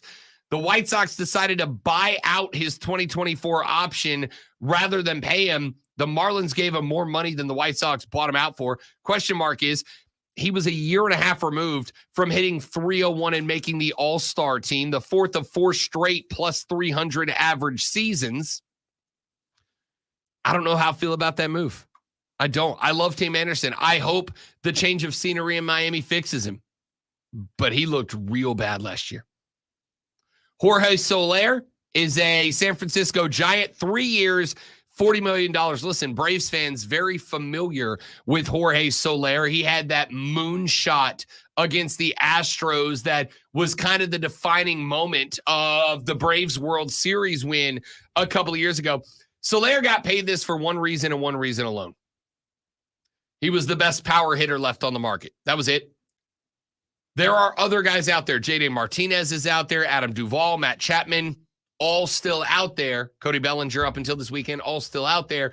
Jorge Soler got signed ahead of all of them because he was the best power batter left. I've talked about this in the past. I talked about it on this show not but a week and a half ago. When folks were asking the question, how come guys aren't signed yet? How is Jordan Montgomery not on the team yet? How is, at the time, Cody Bellinger not on a team yet? How is Blake Snell, a Cy Young candidate, not on a team yet? And the answer was very simple. Because there's no free agency deadline in Major League Baseball. And because there's no free agency deadline, guys can utilize their time on the market to manipulate the market. If you are a power hitter, you can jump out real early and go, hey, look, I'm on the market. Just get me off. Give me a team, pay me good money, I'll come play there. Or you can take the big risk, the big gamble. It worked out for Jorge Soler. It did not work out as well as Cody Bellinger probably could have made it. If Bellinger earlier in the game, before everybody started signing middle infielders, if Bellinger would have pushed the market earlier, probably could have done better than a 3-year deal. Now, he still ended up okay because of the 2-year option on the deal, but he ended up with a 3-year deal for $80 million. He probably could have got like a 5-year 120 somewhere. But he didn't. Played the market. It didn't work out. It worked out real well for Jorge Soler. He basically waited until the other handful of power hitters that were out there went. And then he said, look, somebody needs a thumper. Somebody needs a big bat. I'm the last guy left that is a big bat kind of guy. My dude is averaging 34 home runs per 162 games played over the past 3 years. Now, he did not get a massive contract because in the same stretch that he goes 34 dingers, he averages just 81 ribbies and has a relatively low batting average. But you put him in as a pure DH. The guy's not even 32 years old. If you need outfield depth, He can play it. Not a great outfielder, but he's good enough. But he played the market. This is why I got to tell you, I love Major League Baseball free agency leading up to spring training, because it is if they do it right, masterclass of one group trying to play the other and not get outplayed by the other. So anyway, there's your biggest signings over the past couple of days. Dawn Staley's Gamecocks are your Southeastern Conference champions. They absolutely thump Kentucky. Ran Kentucky out of the gym yesterday, did the Lady Gamecocks. They end up winning that game 103-55. That is, if you are keeping track, a 48-point victory over Kentucky. Kentucky's 11-17. They're 4-10 in conference. They're not a good team, but you still beat them by 48. Wait a minute. You're saying that there are some teams in college basketball that can score over 100? Dawn's gals can. Put up a $103. And by the way, they did it without Cardoso. Remember, she took off. She went to go play for Brazil's national team, trying to earn that team an Olympic bid, start getting prepped for the summer games. They are still trying to work her back into shape with the team. So she did not play in this game. 4 of 5 starters had double digits, and 2 bench players had double digits for the Gamecocks. 18 points put up by Bree Hall. You had 11 from Pow Pow. You had 13 from Watkins. Fagan, 16 off the bench. It's as well-rounded of a team as you're going to see. They remain undefeated, 27-0, SEC regular season conference champions. And in a couple of weeks, when they square up with the hair up at the well for the SEC women's basketball championship, they're going to be heavy favorites. I know, shocking. Overall 1 seed. I know, shocking. This team's fun, man. One of my favorite live events this year was being at the SEC Women's Championship tournament last year and just watching the crowd love up on Dawn and the Gamecocks. Man, it was a blast.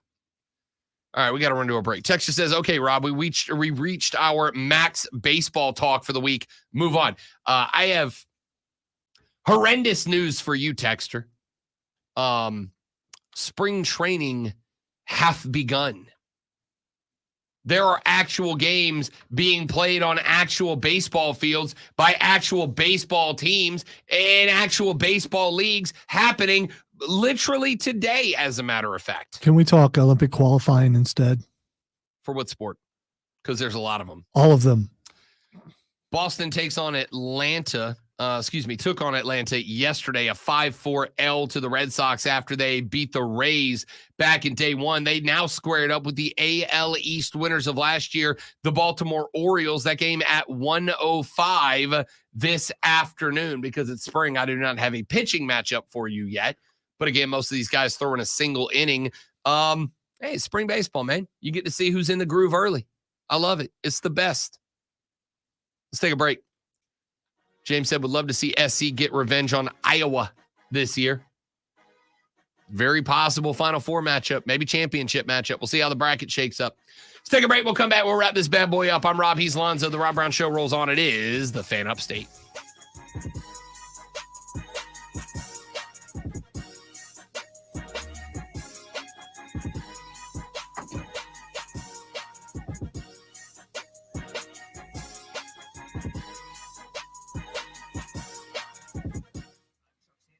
Oh, man.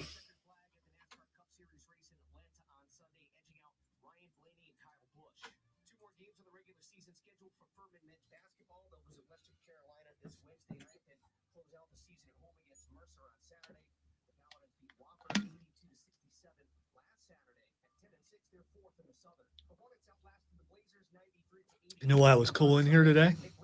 I don't know if you noticed that. I came in here Saturday afternoon and turned the air, and so it had it's 2 days to get right. It's like I should start doing that. It's not like I'm not here. I am here, so. But the basketball game had already happened, so it was over. Yeah. So nobody else should have been in here between then and now.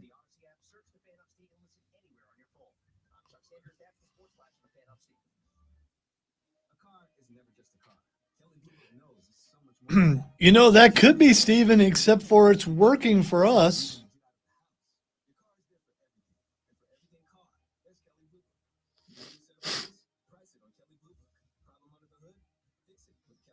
And 3 people are still on the Fan Upstate, so it's like the majority of people are watching your YouTube page. Yep.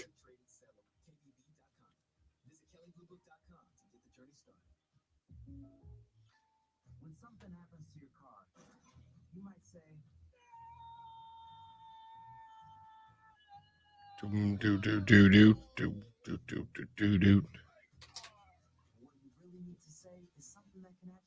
Actually, now it looks like no one's on the Fans Facebook page. Nope, which is weird. It's usually the most popular destination. Well, we have been flagged a little bit lately, and it's probably, I don't know whose fault it is. It's probably our fault. I'm going to go with our.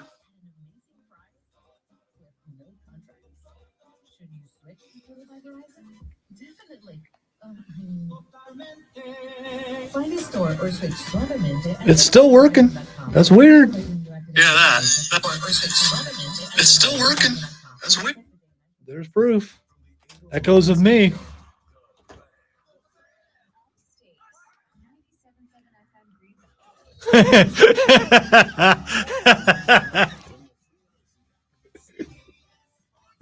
You made me laugh out loud. That's so weird.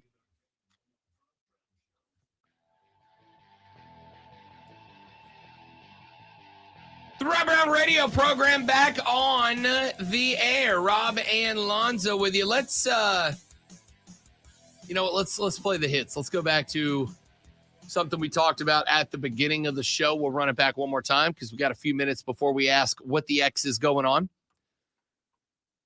It is the only topic that anybody seems to care about today. Should court storming be permanently banned after Wake Forest in a game that they were favored to win, though there was a ranked number next to that of Duke?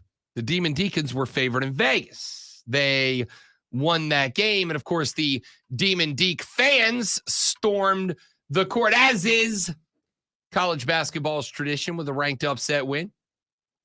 Well, Duke forward Kyle Filipowski was injured in the court storming. A couple of Demon Deke fans ran headfirst into the position that he occupied. I will indeed say it was a charge against the Demon Deacon fans.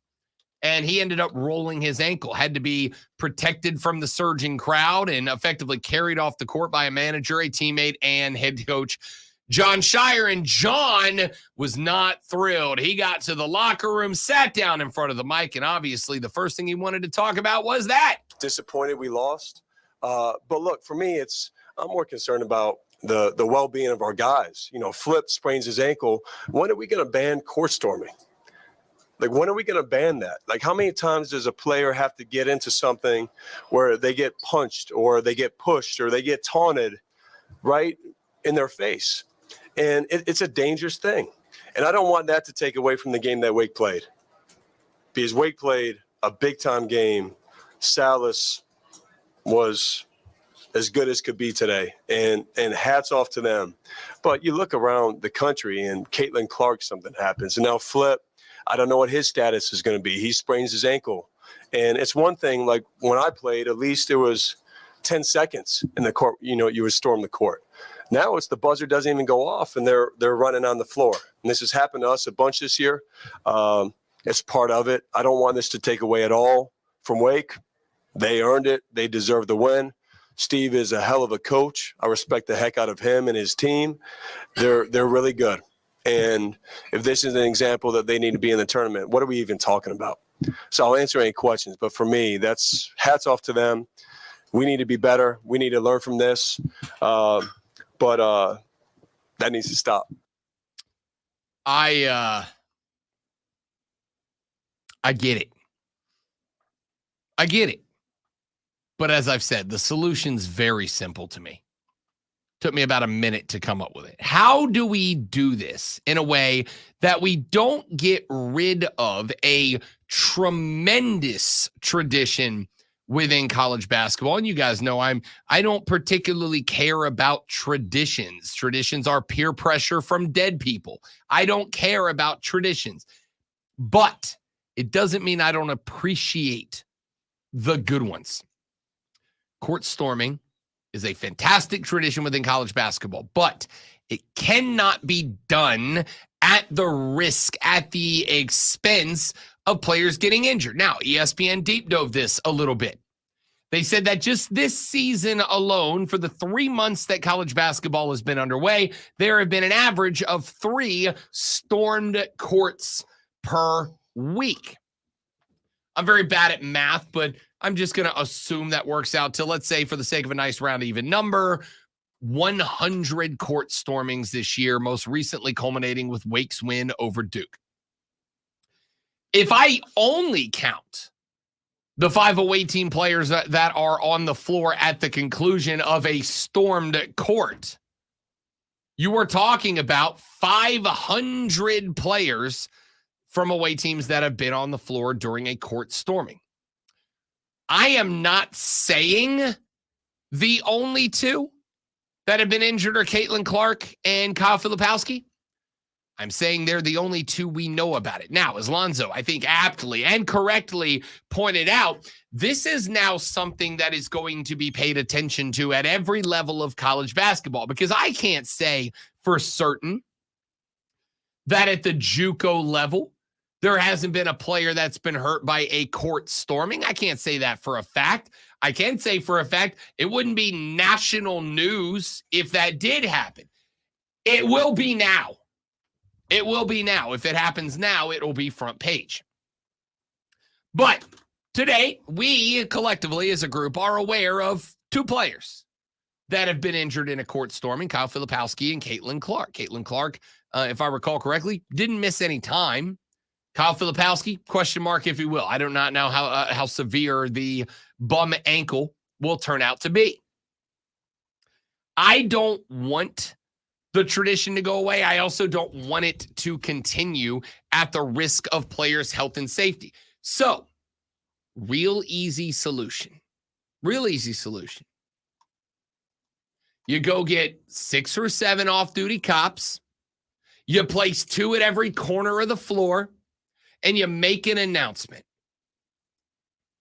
Anyone caught on the court within 60 seconds of the conclusion of the game will be arrested and banned for life. You give us 60 seconds to clear the players off the court. And you make sure every team knows, right? It becomes part of the pregame conversation for everybody. Hey, fellas.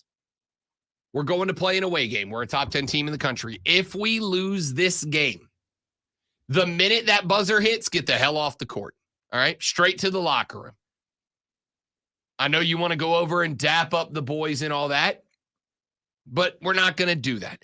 So what I need you to do is the minute the final horn hits, that's my impression of a horn. Got to say, kind of nailed it. The minute the horn hits, I need you to take yourself back to the locker room. Get off the floor. If we lose, get off the floor. You make an announcement to the fans. Fans, at the conclusion of the game, please allow 60 seconds for the opposing team to clear out. And then let's have some chaos. Let's have some fun. Let's let the kids be kids. Let's let the rowdy reptiles or what was the name of the student section? The one we talked about a couple of weeks ago had a real dumb name. The BYU stands. The Rock.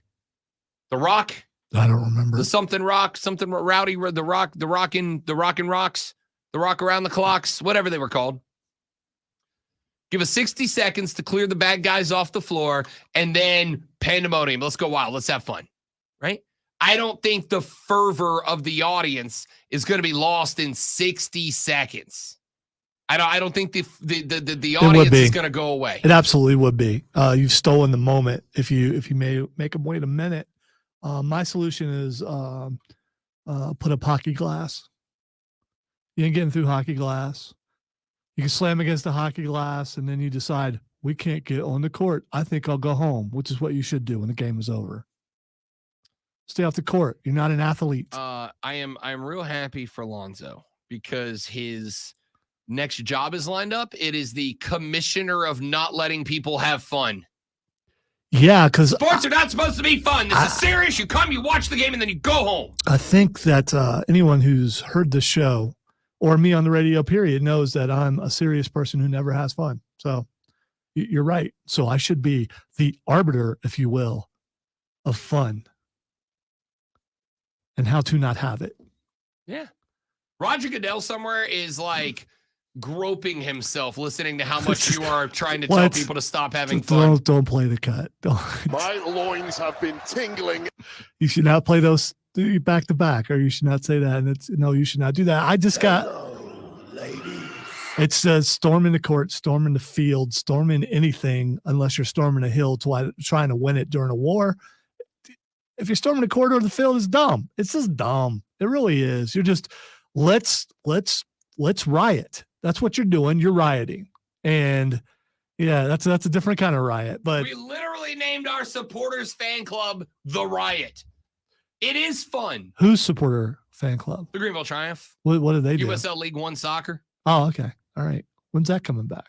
March 9th, first home game, Furman University, Paladin Stadium. The Riot back in the house, baby. That's like week and a half, right? I know. Something like that. I mean, can't wait. Soccer's back, homies. I just got to tell you, no one, and I mean no one, there is no one out there on radio or in the world or in the history of mankind who can segue like we can.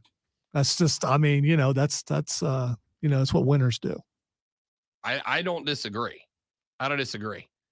We just disagree on the fact that court storming is fun. Yeah, it's just dumb. It is fun and good.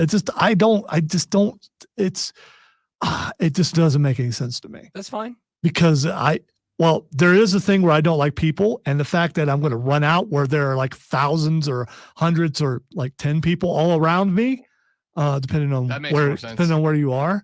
No one should court storm because I don't want you around me. As someone falls, they get trampled, they die, they get hurt really bad. Oh, they were just having fun, except for that person who got trampled or hurt or died. I think we should get rid of cars in case someone gets in a car Don't go weird analogy here. We're talking about analogy. No, it's not. We're talking about storming the court. No, I would be the head of the haters ball, Lonzo. No, I would be the commissioner of hate. That sounds better than hater commissioner.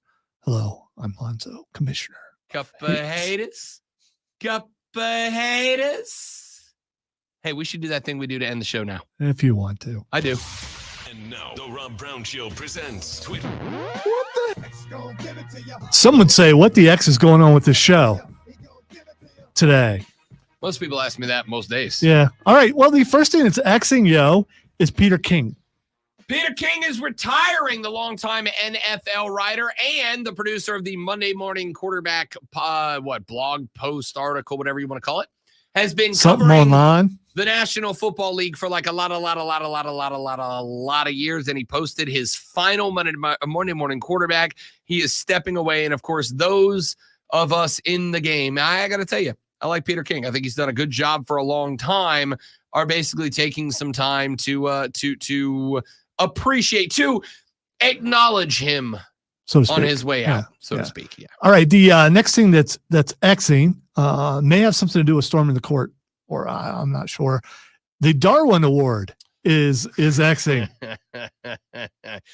Of course, Charles Darwin, famous for ever so eloquently in his world famous book, came up with the concept of evolution via natural selection. And because the internet is a awful and yet also hilarious place, the Darwin Awards are very famously handed out to people who remove themselves from the gene pool in ever increasingly mostly dumb, sometimes, sorry to say, hilarious ways by doing stupid things And the internet loves handing out a Darwin Award. I don't think it's because of court storming, but so far we haven't lost anybody yet. I think it's time for the annual Darwin Awards.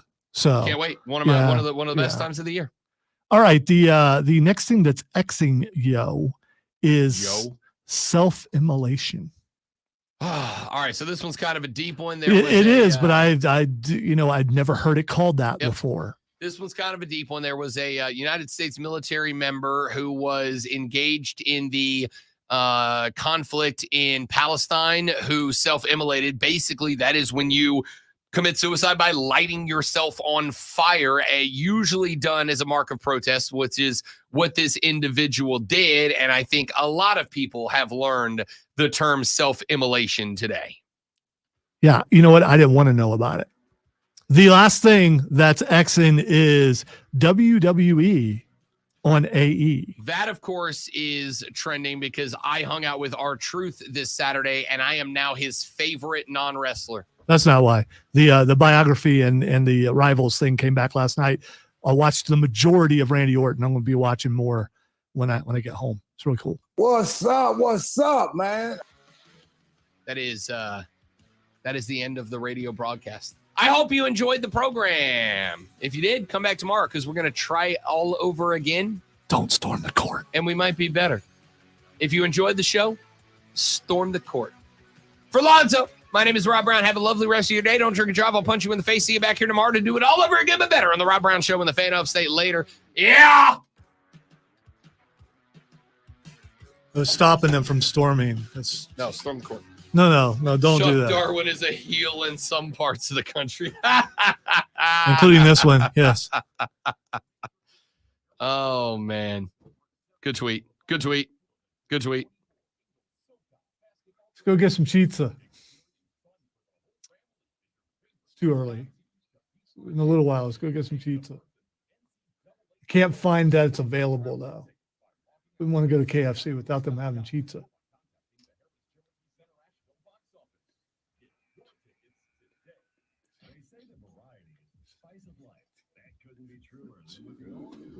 All right, dudes and dudettes, we got a lot to do because it's Monday. I hope you all have a spectacular rest of your day. Thanks for hanging out with us.